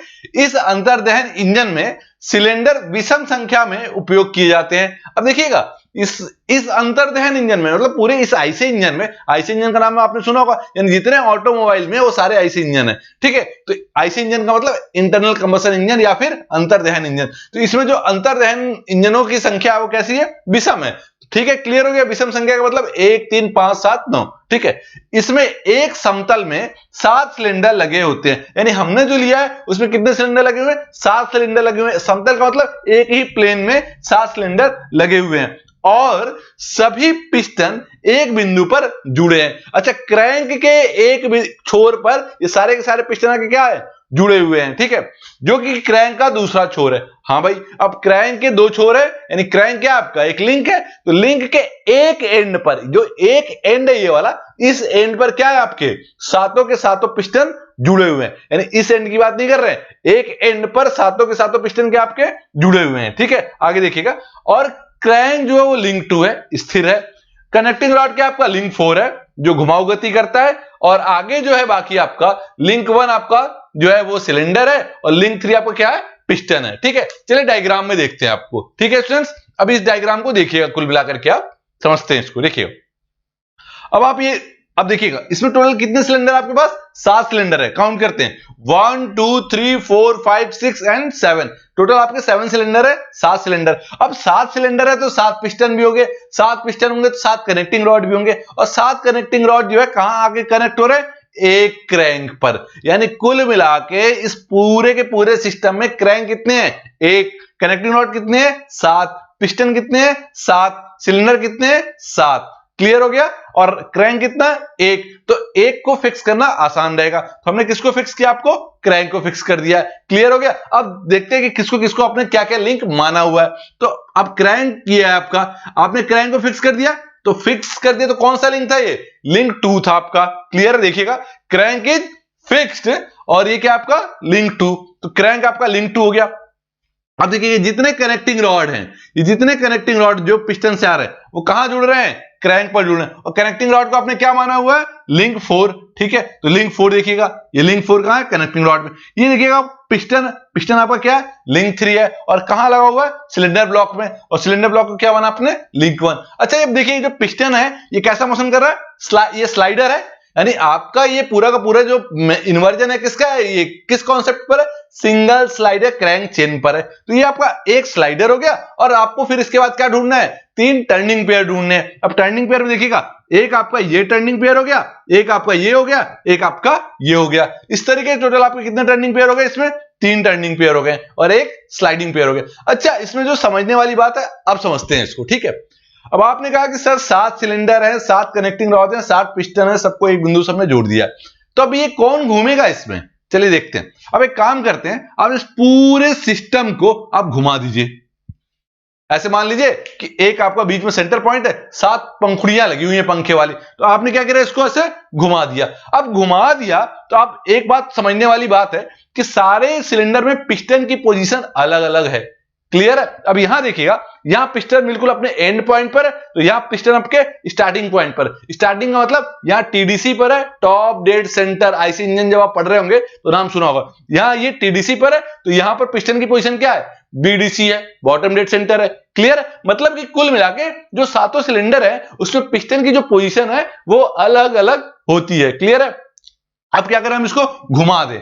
अब जैसे ही हम इसको घुमाएंगे तो ये वाला जो पूरा सिस्टम है, यहां पर पिस्टन ऊपर की दिशा में है, मतलब इधर की बात करें तो बॉटम डेड सेंटर में, लेकिन जैसे ही ये इधर आएगा ये टॉप डेड सेंटर में पहुंच जाएगा, और ये वाला सिलेंडर घूम के यहां पहुंचेगा तो फिर वही वाला कॉन्सेप्ट रख लेगा। तो कुल मिला के क्या इसमें स्लाइड कर रहा है, आपका पिस्टन बार बार आपका घूम रहा है, और किसके अबाउट में घूम रहा है, ये पूरा क्रैंक के अबाउट में घूम रहा है। क्लियर हो गया आपका। तो ये कुछ इस तरीके से घूम रहा है ये पूरा, कि आपका पिस्टन का पोजीशन बार बार घूम रहा है। अच्छा, अब आप ये समझिएगा, एक आईसी इंजन में 4 प्रोसेस होते हैं, सक्शन, कंप्रेशन, एक्सपेंशन और एग्जॉस्ट। ये चारों प्रोसेस एक साथ नहीं हो रहे हैं, अलग अलग हो रहे हैं। हो सकता है कि इस वाले पिस्टन में सक्शन चल रहा हो तो यहां पर कंप्रेशन यानी संपीड़न चल रहा हो, ठीक है, यहां पर एक्सपेंशन चल रहा हो, यहां पर एग्जॉस्ट चल रहा हो। बात क्लियर हो गई, यानी सभी पिस्टन पे अलग अलग प्रोसेस चल रहा हो। तो ये जो इंजन है ये पहले यूज किया जाता था, इसकी शुरुआत 1880 में हुई थी। 1880 में 2 भाइयों ने मिलकर के बनाया था। इसके बाद इन्होंने क्या किया, इस इंजन का पेटेंट करा लिया। इस इंजन का पेटेंट कराने के बाद एक मोटरसाइकिल में इन्होंने यूज किया और चलाने लगे। उसके बाद क्या किया, एक मोटरसाइकिल वाली कंपनी ने इस पूरे सिस्टम को क्या करा, ले लिया, उसके बाद उसको बनाया। आगे जाकर के धीरे धीरे ये जो है मोटरसाइकिल से यूज हो गया एरोप्लेन में, और एरोप्लेन में होने के बाद ये फाइटर प्लेन में यूज हो गया। और जो पहला वर्ल्ड वार था यानी प्रथम विश्व युद्ध में इसका बहुत ज्यादा यूज हुआ। लेकिन उसमें फिर क्या हुआ, इन्होंने देखा कि बहुत ज्यादा प्लेन वगैरह क्रैश करने लगे, तो अब इसको क्या किया, धीरे धीरे मॉडिफाई किया, वो मॉडिफाई कर दिया, और आज जो इंजन आप यूज कर रहे हैं वही इसको मॉडिफाई करने के बाद आया हुआ है। अब कुल मिलाकर बात करें तो इस समय इस इंजन का यूज नहीं हो रहा है, यानी पहले यूज होता था, अब इसका यूज नहीं हो रहा है। ठीक है स्टूडेंट, तो ये था पूरा आपका आईसी इंजन। इसको बोलते हैं rotary internal combustion engine. Rotary क्यों बोल रहे हैं, कॉन्सेप्ट समझ में आ गया होगा कि पूरा का पूरा सिस्टम रोटेट कर रहा है, घूम रहा है, इसलिए बोलेंगे आपका रोटरी आईसी इंजन। अच्छा, इसमें एक बात और है, अभी तक आपने जहां भी पढ़ा होगा वहां पर सिलेंडर आपका फिक्स था, यहां पर सिलेंडर आपका पूरा का पूरा क्या कर रहा है, पूरा का पूरा सेट मूव कर रहा है। ये पूरा का अलग ही एक टाइप का आपका इंटरनल कंबशन इंजन है। ठीक है स्टूडेंट्स, तो यहां तक आपका जीनोम इंजन या फिर रोटरी आईसी इंजन आपका क्लियर हो जाता है। ठीक है स्टूडेंट्स, इसके बाद जो अगला टॉपिक है हमारा, उसमें हम पढ़ने वाले double slider crank chain mechanism. Double slider का मतलब 2 स्लाइडर आगे, तो अब 2 स्लाइडर हो गए तो टर्निंग पेयर कम हो जाएंगे। कितने हो जाएंगे, 2 टर्निंग पेयर, मतलब कुल मिला के 4 होने चाहिए थे, तो 2 स्लाइडिंग आ गए तो 2 टर्निंग पेयर। तो अगला जो टॉपिक है उसमें है double slider crank chain mechanism, यानी दोहरा सरक क्रैंक चेन यंत्र विन्यास। तो उसके बारे में पढ़ेंगे, फिर उसके इन्वर्जन के बारे में पढ़ेंगे। ठीक है फ्रेंड्स,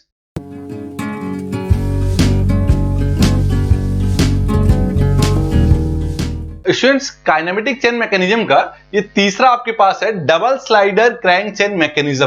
यानी इससे पहले आपने 4 बार चेन मैकेनिज्म देखा, single slider crank chain mechanism देखा, और आपके पास double slider crank chain mechanism आ चुका है। अब डबल स्लाइडर जैसा कि इसका नाम है, 2 स्लाइडर होंगे, 2 इसमें फिसलने वाला होगा, बाकी क्या होंगे इसमें 2 टर्निंग पेयर होने वाले, मतलब 2 स्लाइडिंग पेयर और 2 टर्निंग पेयर, 2 सरकने वाले युगल और 2 आपके घुमाऊ युगल, यानी 4 युगल इसमें है, 4 पेयर आपके इसमें है। तो चलिए इसी का हिंदी में नाम देखें तो दोहरा सरक क्रैंक चेन यंत्र विन्यास इसे हिंदी में कहते हैं।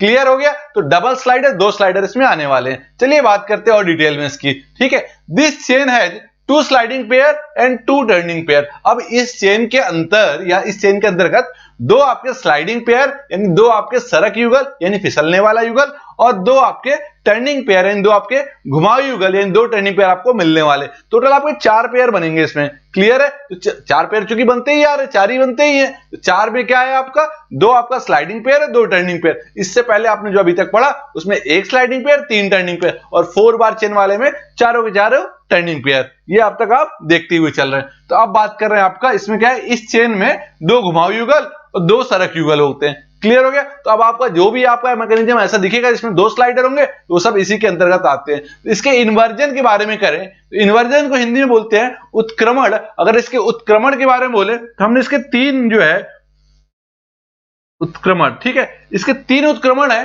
पहला जो है आपका स्कॉच योक मैकेनिज्म। अब ये जो स्कॉच योक मैकेनिज्म है, इसमें आपके 2 स्लाइडर और 2 टर्निंग पेयर, ठीक है, तो इसको भी देखेंगे आगे। अगला आपका इलेक्ट्रिकल ट्रमल और थर्ड आपका ओल्डहम कपलिंग। इन तीनों में जो सबसे ज्यादा इंपॉर्टेंट है वो आपको ओल्डहम कपलिंग है, जो कि एग्जाम के पॉइंट ऑफ व्यू से इंपॉर्टेंट है। ऐसे ही आपने डबल स्लाइडर में आपका ये इंपॉर्टेंट हो गया, सिंगल स्लाइडर में जो था वो आपका क्विक रिटर्न मोशन मैकेनिज्म ये था आपका। वैसे ही crank and lever quick return motion mechanism, उन दोनों में से कोई एक क्वेश्चन, और यहां से आपका ओल्डहम कपलिंग से एक क्वेश्चन यहां पर बन जाता है। मतलब ये इंपॉर्टेंट आपका ओल्डहम कपलिंग, ये बाय नेम पूछा जाता है। हम इस पे बारी बारी से चर्चा करेंगे। तो सबसे पहला इन्वर्जन है स्कॉच योक मैकेनिज्म, इसको हिंदी में स्कॉच योक यंत्र विन्यास कहते हैं। इसी के बारे में देखते हैं, इसी के बारे में चर्चा करते हैं। तो जो सबसे पहला आपका है स्कॉच योक मैकेनिज्म, हिंदी में भी इसका नाम स्कॉच योक मैकेनिज्म ही कहेंगे या स्कॉच योक यंत्र विन्यास कहेंगे। चलिए देखते हैं इसको डिटेल में, ये बेसिकली क्या है आपका स्कॉच योक मैकेनिज्म क्या है। तो इसका डायग्राम देखेंगे और डायग्राम की पूरी फंक्शन समझेंगे यहां पर। चलिए देखते हैं, लिखा हुआ है साफ साफ, इन दिस मैकेनिज्म, इस मैकेनिज्म के अंदर क्रैंक जो है वो रोटेट कर रहा है। मतलब क्या है कि क्रैंक को हम फिक्स नहीं कर रहे, क्रैंक को क्या कर रहे हैं हम, रोटेट करा रहे हैं, ठीक है। एंड इट्स कन्वर्ट, जो कि क्या बदल रहा है रोटरी मोशन को रेसिप्रोकेटिंग में, यानी it convert rotary motion into reciprocating motion. अच्छा दोबारा देखिएगा, इस मैकेनिज्म के अंदर क्रैंक क्या कर रहा है, आपका रोटेट कर रहा है, और साथ ही साथ क्या कर रहा है, ये रोटरी मोशन को रेसिप्रोकेटिंग मोशन में कन्वर्ट कर रहा है। कौन कन्वर्ट कर रहा है, क्रैंक। चलिए आगे देखिएगा, लिंक 1 हमने क्या माना है, क्रैंक क्या कर रहा है, रोटेट कर रहा है। लिंक 2 हमने क्या देखा है, इसमें एक स्लाइडर है जो कि रेसिप्रोकेटिंग मोशन कर रहा है। जनरली स्लाइडर आपका रेसिप्रोकेटिंग मोशन ही करते हैं, ये क्लियर है। अगला देखिएगा लिंक 3, एक और स्लाइडर हमने लिया, रेसिप्रोकेटिंग मोशन कर रहा है। क्यों 2 स्लाइडर लिया, क्योंकि डबल स्लाइडर नाम ही है इसमें, तो 2 स्लाइडर आएगा ही आएगा। तो लिंक जो है आपका, लिंक 2 जो है आपका एक स्लाइडर हो गया, लिंक 3 आपका दूसरा स्लाइडर हो गया, और लिंक 4 क्या हुआ आपका, फिक्स हो गया। भाई साहब एक लिंक तो हमें फिक्स करना ही था, देखिए 2 स्लाइडर यूज हो गए, एक क्रैंक आपका रोटेट हो रहा है, एक लिंक आपने क्या किया, लिंक 4 को फिक्स कर दिया। क्यों फिक्स तो करना ही पड़ेगा, क्योंकि मैकेनिज्म है, और मैकेनिज्म का एक कॉन्सेप्ट है कि आपको एक लिंक फिक्स करना ही पड़ता है। चलिए आगे देखते हैं, इस यंत्र विन्यास में क्रैंक घुमाव गति करता है, ठीक है, क्रैंक तो अपना काम कर ही रहा है, घुमाव गति जो कि घूम रहा है, ठीक है, और क्या कर रही है, साथ साथ घुमाव गति को प्रत्यागामी गति में भी बदल रहा है, ठीक है, कौन, क्रैंक बदल रहा है। अब ये देखते हैं किस लिंक को हमने क्या क्या माना है। लिंक 1 आपका क्या है, क्रैंक है जो कि घुमाव गति कर रहा है, क्लियर हो गया। लिंक 2 आपका स्लाइडर है, स्लाइडर मतलब वही फिसलने वाला, ठीक है, तो ये फिसल रहा है तो कैसी गति कर रहा है, प्रत्यागामी गति यानी रेसिप्रोकेटिंग मोशन कर रहा है। लिंक 3 आपका स्लाइडर है, ये भी प्रत्यागामी गति मतलब रेसिप्रोकेटिंग मोशन आपका कर रहा है। लिंक 4 आपका क्या है, एक ब्लॉक है, और ब्लॉक क्या आपका स्थिर मतलब फिक्स है, ठीक है स्टूडेंट। तो ये पूरा आपने लिंक आपने कॉन्फ़िगरेशन देख लिया। चलिए अब इसके डायग्राम को समझते हैं और इसके कॉन्सेप्ट को समझते हैं। अगर आप डायग्राम समझ लेंगे तो थ्योरी तो आप अपने आप से भी लिख लेंगे। चलिए देखते हैं इसको, देखिएगा पहला लिंक आपका क्या है, क्रैंक है, और क्रैंक क्या कर रहा है आपका, ये रोटेट कर रहा है। क्रैंक कैसा रोटेट कर रहा है, सर्कुलर मोशन में, रोटेटिंग मोशन में। अब जैसे ही क्रैंक रोटेट करेगा तो एक देखिएगा, एक आपका इतना बड़ा जो है आपका थर्ड लिंक जो है वो एक ब्लॉक है, जो ब्लॉक नहीं है मतलब एक ब्लॉक के अंदर है। अब देखिएगा ये कैसे मोशन करेगा, ये देखिए ये यहां से शुरू होता है, ये यहां से कुछ इस तरीके से शुरू होता है और यहां तक जा रहा है आपका पीछे। ये कौन सा जा रहा है, लिंक 3। लिंक 3 क्या आपका एक स्लाइडर है, ठीक है, जो कि आगे पीछे ऐसे ऐसे मूव कर रहा है, हॉरिजॉन्टली मूव कर रहा है, समझिएगा हॉरिजॉन्टली मूव कर रहा है, ठीक है। और लिंक 2 आपका क्या, लंबवत वर्टिकल मूव कर रहा है, ये भी एक स्लाइडर है। लिंक 2 भी क्या आपका एक स्लाइडर है जो कि वर्टिकली यानी लंबवत एक तरीके से आपका मूव कर रहा है, क्लियर हो गया आपका। तो देखिएगा 2 स्लाइडर हो गए, 2 स्लाइडर हो गए आपका, एक लिंक 3 जो कि आपका हॉरिजॉन्टली और लिंक 2 आपका वर्टिकली मतलब कि आपका एक तरीके से लंबवत जो है आपका ये स्लाइडिंग कर रहा है। तो 2 स्लाइडर हो गए। अब आपको 2 टर्निंग पेयर भी तो आप ढूंढ रहे हो इसमें कि सर इसमें 2 टर्निंग पेयर भी दिखा दीजिए, तो देखते हैं। चलिए देखिए एक टर्निंग पेयर आपका ये हो गया, ठीक है, यहां से क्या हो रहा है, ये लिंक टर्न कर रहा है। दूसरा टर्निंग पेयर आपका ये जो डॉट दिख रहा है बड़ा सा, ये टर्निंग पेयर है जो कि ये क्रैंक और ये स्लाइडर आपस में जहां पर पिन ज्वाइंटेड है वहां की बात कर रहे हैं, क्लियर हो गया। तो 2 आपके टर्निंग पेयर हो गए, एक ये वाला टर्निंग पेयर, एक ये वाला टर्निंग पेयर, और 2 स्लाइडर भी तो आप ढूंढ रहे होंगे। तो एक स्लाइडर आपका ये पूरा सेट है जो कि ऐसे ऐसे आगे पीछे मूव कर रहा है, दूसरा स्लाइडर आपका ऐसे है जो कि ऐसे ऐसे मूव कर रहा है। अब समझिएगा, जब ये मान लीजिए ये अभी अपने लास्ट पोजीशन पर है, जब ये वाला क्रैंक घूम करके कुछ इधर आएगा, ये पोर्शन पूरा आगे की तरफ आ जाएगा, आएगा नहीं आएगा, तो आप देखेंगे ये आगे आ रहा है, यहां तक आ सकता है ये वाला पूरा सेट, जो आपका लिंक 3 है वो यहां तक आ सकता है, पीछे जा सकता है, आगे पीछे कुछ इस तरीके से ये मूव करेगा, जो कि आपका रेसिप्रोकेटिंग मोशन कहलाएगा। ठीक है, और स्लाइडर आपका ऊपर नीचे जो कि आपका रेसिप्रोकेटिंग मोशन कर रहा है। तो आपने इसमें क्या देखा, आपने दो स्लाइडर देखे, दो आपने टर्निंग पेयर देखे। एक टर्निंग पेयर ये हो गया, दूसरा टर्निंग पेयर आपका ये हो गया, जो कि स्लाइडर में लगा हुआ है। क्लियर हो गया ना, एक टर्निंग पेयर तो आपका स्लाइडर में ऑलरेडी लगा हुआ है, तो स्लाइडर में लगा हुआ है, एक आपका ये स्लाइडर है, दो स्लाइडर हो गए, दो टर्निंग पेयर हो गए। तो आपने क्या देखा, स्कॉच मैकेनिज्म, जो कि आपका double slider crank chain mechanism का पहला इन्वर्जन है, पहला जो है उत्क्रमण है। ठीक है सर, ये पूरा इसका डायग्राम था, जिससे आप समझ चुके होंगे। चलिए इसके बाद जो अगला है आपका, वो है आपका इलिप्टिकल ट्रमल, और उसके बाद ओल्डम कपलिंग। इन दोनों में को भी हम आगे चलिए समझते हैं। ठीक है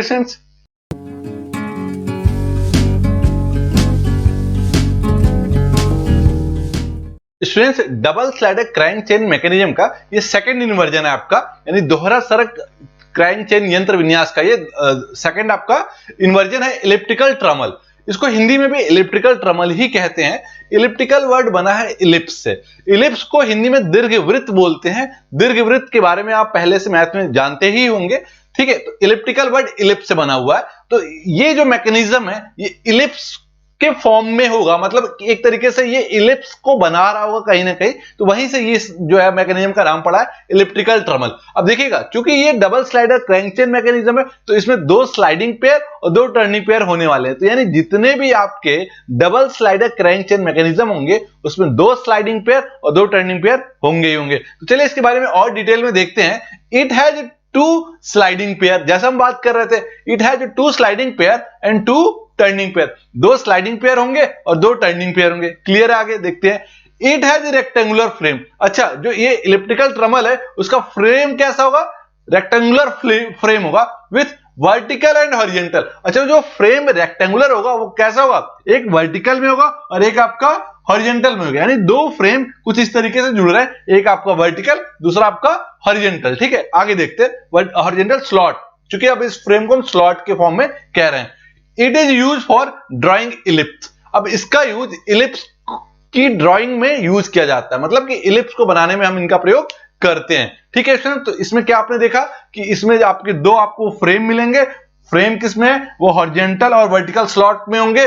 दो स्लाइडर होंगे और दो स्लाइडर के साथ साथ उसमें एक जो एक लिंक आपका कनेक्ट होगा दोनों स्लाइडर से, और दो इसमें स्लाइडर के साथ साथ दो आपके टर्निंग पेयर भी होंगे, मतलब दो स्लाइडिंग पेयर और दो टर्निंग पेयर। चलिए इसको हिंदी में देखते हैं। इसके अंतर्गत दो सरक युगल और दो घुमाऊ युगल होते हैं। ठीक है, दो सरक युगल और दो घुमाऊ युगल होते हैं। ठीक है, यही तो इसका कॉन्सेप्ट है। आगे देखते हैं। इसमें आयताकार फ्रेम के साथ ऊर्ध्वाधर और क्षैतिज स्लॉट लगे होते हैं। अब देखिएगा, इसमें स्लॉट लगे हैं। स्लॉट में क्या होगा आपका, एक आपका जो है हॉरिजॉन्टल और एक आपका मतलब एक आपका हॉरिजॉन्टल एक आपका वर्टिकल जो है ये स्लाइडर मूव करेंगे। चलिए, इसका उपयोग दीर्घवृत्त बनाने के लिए किया जाता है। इसका जो यूज है वो इलिप्स बनाने के लिए यूज किया जाता है, ये दीर्घवृत्त बनाने में इनका यूज होता है। चलिए इसको डायग्राम को एक बार समझते हैं कि कैसे ये इलिप्स को बना रहा है। तो पहले आप देखिएगा, आपके पास क्या है, फ्रेम है। फ्रेम कैसा आपका, एक वर्टिकल फ्रेम है, दूसरा आपका हॉरिजॉन्टल फ्रेम है। अब इस फ्रेम में आपके दो स्लाइडर है, जैसा कि कॉन्सेप्ट आपका ये कहता है कि इसमें दो स्लाइडिंग पेयर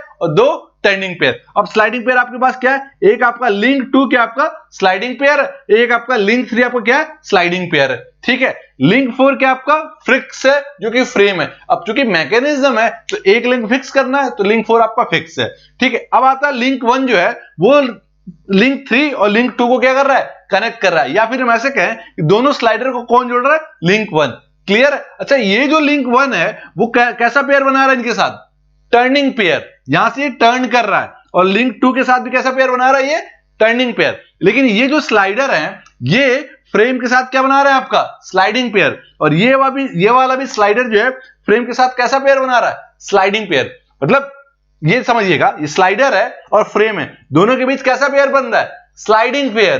ठीक है, क्लियर हो गया। वैसे यहां पर है, ये आपका देखिए वर्टिकल फ्रेम है और आपका ये स्लाइडर है, दोनों के बीच कैसा पेयर बन रहा है, स्लाइडिंग पेयर। तो कुल मिला के इस कॉन्सेप्ट में आपने दो स्लाइडिंग पेयर देखा और दो टर्निंग पेयर। टर्निंग पेयर एक ये है और एक ये है। अब समझते हैं, देखिए जब ये वाला जो स्लाइडर है ये कुछ इस तरीके से मूव करेगा, मतलब ठीक है, हो सकता है वो नीचे यहां तक जाए, ऊपर यहां तक, यानी ये कैसा मूव कर आपका, रेसिप्रोकेटिंग मोशन में, और ये भी कैसे मूव कर आपके, रेसिप्रोकेटिंग में। कुछ ये इस तरीके से घूमे, जब ये आगे जाएगा ये हो सकता है जो ये अपने एंड पॉइंट पर है, ये अपने एंड पॉइंट पर है, हो सकता है ये जो स्लाइडर यहां आ जाए। जब ये वाला स्लाइडर यहां आ जाएगा तो इधर वाला स्लाइडर आपका यहां आ जाएगा। ये कुछ इस तरीके से जोड़ेंगे तो कुल मिला के ये एक सर्कल बनाएंगे, लेकिन ये सर्कल जो है पूरा कंप्लीट नहीं, एक इलिप्स के फॉर्म में होगा, मतलब एक दीर्घवृत्त की अवस्था में ये बनेगा। ठीक है, मतलब कि एक तरफ डायमीटर ज्यादा होगा तो दूसरी तरफ डायमीटर कम होगा। जब एक तरफ डायमीटर कम चौड़ा होता है और एक तरफ ज्यादा होता है तो इसे बोलते हैं इलिप्स। तो बेसिकली क्या है, ये भी एक प्रकार का मैकेनिज्म है जो कि double slider crank chain mechanism के अंतर्गत आता है, यानी ये इसका इन्वर्जन है जिसमें फ्रेम को आपने फिक्स कर रखा है। दो स्लाइडर है, स्लाइडर लिंक 2 और लिंक 3 जो कि स्लाइड कर रहे हैं, एक जो है रेसिप्रोकेटिंग मोशन में, एक वर्टिकल है और दूसरा आपका हॉरिजॉन्टल है, एक लिंक 1 से ये जुड़े हुए हैं। ठीक है, तो ये पूरा आपका जो है इलिप्टिकल ट्रबल है। ठीक है, आगे देखते हैं आपको ओल्डहम कपलिंग, जो कि सबसे ज्यादा इंपॉर्टेंट है double slider crank chain mechanism के अंदर। ये बाय नेम पूछा जाता है। अब देखिएगा, चूंकि कपलिंग वर्ड आ रहा है, इसका मतलब कहीं ना कहीं जोड़ने की बात कर रहा है, कपल्ड की बात कर रहा है। ठीक है, तो इसका नाम है ओल्डहम कपलिंग। हिंदी में भी इसको ओल्डहम कपलिंग भी, ओल्ड होम कपलिंग भी बोलते हैं, ओल्डहम कपलिंग भी बोलते हैं, ओल्डहम कपलिंग भी, मतलब जैसा भी आप उच्चारण कर लें। चलिए आगे देखते हैं इसके बारे में डिटेल में। ठीक है, it is use to join two parallel shaft. ठीक है, समझने वाली बात है इसमें कि ये क्या कर रहा है, ज्वाइन कर रहा है दो पैरेलल शाफ्ट को, यानी दो शाफ्ट है, दोनों पैरेलल है, लेकिन लाइन ऑफ एक्सिस क्या है दोनों का, अलग अलग है। बात क्लियर हो गई, यानी दो शाफ्ट ऐसे नहीं है, एक लाइन ऑफ एक्सिस नहीं है, दोनों का लाइन ऑफ एक्सिस अलग अलग है। चलिए आगे देखते हैं। It is use for joining two parallel shaft having different line of axis. Important line, to having different line of axis, मतलब लाइन ऑफ एक्सिस क्या है, डिफरेंट है, विथ स्मॉल डिस्टेंस। अच्छा ठीक है, एक बात और है, अब लाइन ऑफ एक्सिस है लेकिन स्मॉल, दोनों के बीच गैप कैसा होना चाहिए, स्मॉल होना चाहिए। ऐसा नहीं कि इतना इतना आप कर दें, तो इसमें आप जो है इस तरीके से ओल्डहम कपलिंग का यूज इसमें नहीं कर पाएंगे। तो बात समझने वाली ये है कि it is use to join two parallel shaft, ये दो पैरेलल शाफ्ट को ज्वाइन करता है, having different line of axis, जिसका लाइन ऑफ एक्सिस अलग अलग होगा, विथ स्मॉल डिस्टेंस, जिनके बीच स्मॉल डिस्टेंस होगा, यानी जिनके बीच डिस्टेंस बहुत कम होगा। चलिए आगे देखते हैं। At the end of each shaft, प्रत्येक शाफ्ट के अंत में हैविंग फ्लेंज, एक वर्ड आ रहा है फ्लेंज, क्या होता है, फ्लेंज होता है, फ्लेंज को हिंदी में फ्लेंज बोलते हैं, and they are coupled with plate C. अब वो जो फ्लेंज लगे होते हैं वो किससे जुड़े होते हैं, प्लेट सी से। अब देखते हैं, इसको समझते हैं एक बार हिंदी में भी डिटेल, फिर इसको हम एक्सप्लेन करते हैं। ठीक है स्टूडेंट, इसका उपयोग दो समानांतर शाफ्ट को जोड़ने के लिए किया जाता है। बात क्लियर हो गई, दो पैरेलल शाफ्ट है उनको जोड़ने के लिए किया जाता है। इसमें कम दूरी के साथ अलग अलग अक्ष रेखा होती है। अब देखिए कि दोनों की जो अक्ष रेखा है यानी लाइन ऑफ एक्सिस है वो अलग अलग है। इसकी लाइन ऑफ एक्सिस इधर है, इस शाफ्ट की लाइन ऑफ एक्सिस अलग अलग है। दोनों को जोड़ने के लिए हम जो है इसके एंड पर क्या लगा देते हैं, फ्लेंज लगा देते हैं। चलिए आगे देखते हैं। प्रत्येक शाफ्ट के अंत में फ्लेंज लगा होता है और वो प्लेट सी के साथ जुड़े हुए होते हैं। ठीक है, अब समझते हैं इसको कि ये शाफ्ट है, शाफ्ट के अंत में आपने ये देखिए जो मेरी मुट्ठी है ये फ्लेंज मान के चलिए, उसी तरह इस शाफ्ट के अंत में जो ये मेरी मुट्ठी है वो फ्लेंज है। तो ये दोनों शाफ्ट के अंत में क्या लगा हुआ है, फ्लेंज, इस शाफ्ट के अंत में लगा हुआ है फ्लेंज, और इस दोनों फ्लेंज को जोड़ा जा रहा है प्लेट सी से। किससे जोड़ा जा रहा है, प्लेट सी, यानी इन दोनों के बीच में आप ऐसे समझ लीजिए कि मार्कर क्या हो गया आपका, प्लेट सी हो गया। लाइन ऑफ एक्सिस दोनों का अलग अलग है। देखिए इसका लाइन ऑफ एक्सिस इधर है और इसका लाइन ऑफ एक्सिस अलग इधर है, और दोनों के बीच जो प्लेट सी है वो आपको क्या हो गया, मार्कर हो गया। ठीक है, समझते हैं इसको दोबारा से, देखिएगा। ये शाफ्ट नंबर 1 है, ये शाफ्ट नंबर 2 है, दोनों के अंत में एक फ्लेंज लगा हुआ है। ये देखिए फ्लेंज, फ्लेंज मतलब मोटी सी पट्टी, इधर देखिएगा एक मोटी सी चौड़ी सी पट्टी। ठीक है, काम क्या है, इन दोनों के बीच में एक प्लेट सी लगा हुआ है जो दोनों पट्टियों को जोड़ रहा है। इसमें खांचे बने हुए हैं, ग्रूव बना हुआ है, ग्रूव के थ्रू ये जुड़े हुए हैं प्लेट सी। इनके बीच कोई वेल्डिंग या ज्वाइंट ऐसा नहीं है, इनके बीच क्या है, ग्रूव से ये यानी खांचों के द्वारा ये जुड़े हुए हैं। बात क्लियर हो गई। देखिएगा शाफ्ट 1 जिसके अंत में एक फ्लेंज लगा हुआ है, शाफ्ट 2 जिसके अंत में ये जो सेकंड शाफ्ट है इसके अंत में फ्लेंज लगा हुआ है, दोनों फ्लेंज को प्लेट सी से जोड़ा गया है। क्लियर हो गया। लाइन ऑफ एक्सिस अलग अलग है, ये देखिए एक डॉटेड लाइन ऊपर है, दूसरा डॉटेड लाइन नीचे है, लाइन ऑफ एक्सिस अलग अलग है। अब समझते हैं, अब ये ऐसा करते क्यों है, पावर का ट्रांसमिशन करने के लिए। मान लीजिए पावर का ट्रांसमिशन हमें करना है एक शाफ्ट से दूसरे शाफ्ट में, दोनों का लाइन ऑफ एक्सिस अलग अलग है, तो कैसे करेंगे, जोड़ेंगे कैसे, तो वही जो जोड़ है वो आपकी कहलाती है कपलिंग। ठीक है, तो कौन सी कपलिंग है, ओल्ड हम कपलिंग है। बात क्लियर हो गई? समझते हैं दोबारा से। अब देखते हैं इसमें लिंक 1 2 3 4 जैसा कि हमें चाहिए, 4 लिंक तो हमें कम से कम चाहिए ही चाहिए इस मैकेनिज्म में। तो चलिए देखते हैं। मान लीजिए आपका ये वाला है, इसको आपने लिंक 1 माना हुआ है, और ये आपका जो प्लेट सी है जो दोनों को जोड़ रहा है, इसको आपने लिंक 2 मान लिया। ये आपका लिंक 3 हो गया। तो 1 2 3 3 लिंक तो आपको यहां दिख गए, लेकिन चौथा लिंक कहां है? चौथा लिंक इसको मान लिया, जो कि इसको सपोर्ट कर रहा है, फ्रेम दे रहा है, इसको लिंक 4 मान लिया। अब क्यों मानेंगे? क्योंकि भाई साहब हमें एक लिंक तो फिक्स करना ही है। क्लियर है ना? एक हमें फिक्स लिंक तो इसमें ढूंढना था ना कि फिक्स लिंक कहां है। तो आप मान के चलिए फ्लेंज और ये शाफ्ट एक हो गए, ये फ्लेंज और एक शाफ्ट एक लिंक हो गया, ये आपका एक दूसरा लिंक हो गया जो फिक्स्ड है, और आपका ये सी प्लेट एक अलग लिंक हो गया। तो पहला लिंक, दूसरा लिंक, तीसरा लिंक, और ये जो फिक्स है आपका चौथा लिंक, 4 लिंक हो गए। अब कहोगे सर ये 4 लिंक तो हमें दिख रहे हैं, लेकिन इन 4 लिंक में हमें 2 टर्निंग पेयर और 2 स्लाइडिंग पेयर भी तो ढूंढना है। बात क्लियर हो गई? टर्निंग पेयर देखते हैं। अब देखिएगा ये वाला जो शाफ्ट है ये कैसा घूमेगा? सर्कुलर, भाई साहब टर्न करेगा ना अपने एक्सिस पर, चारों तरफ घूमेगा ना अपने एक्सिस पर, घूमेगा या नहीं घूमेगा?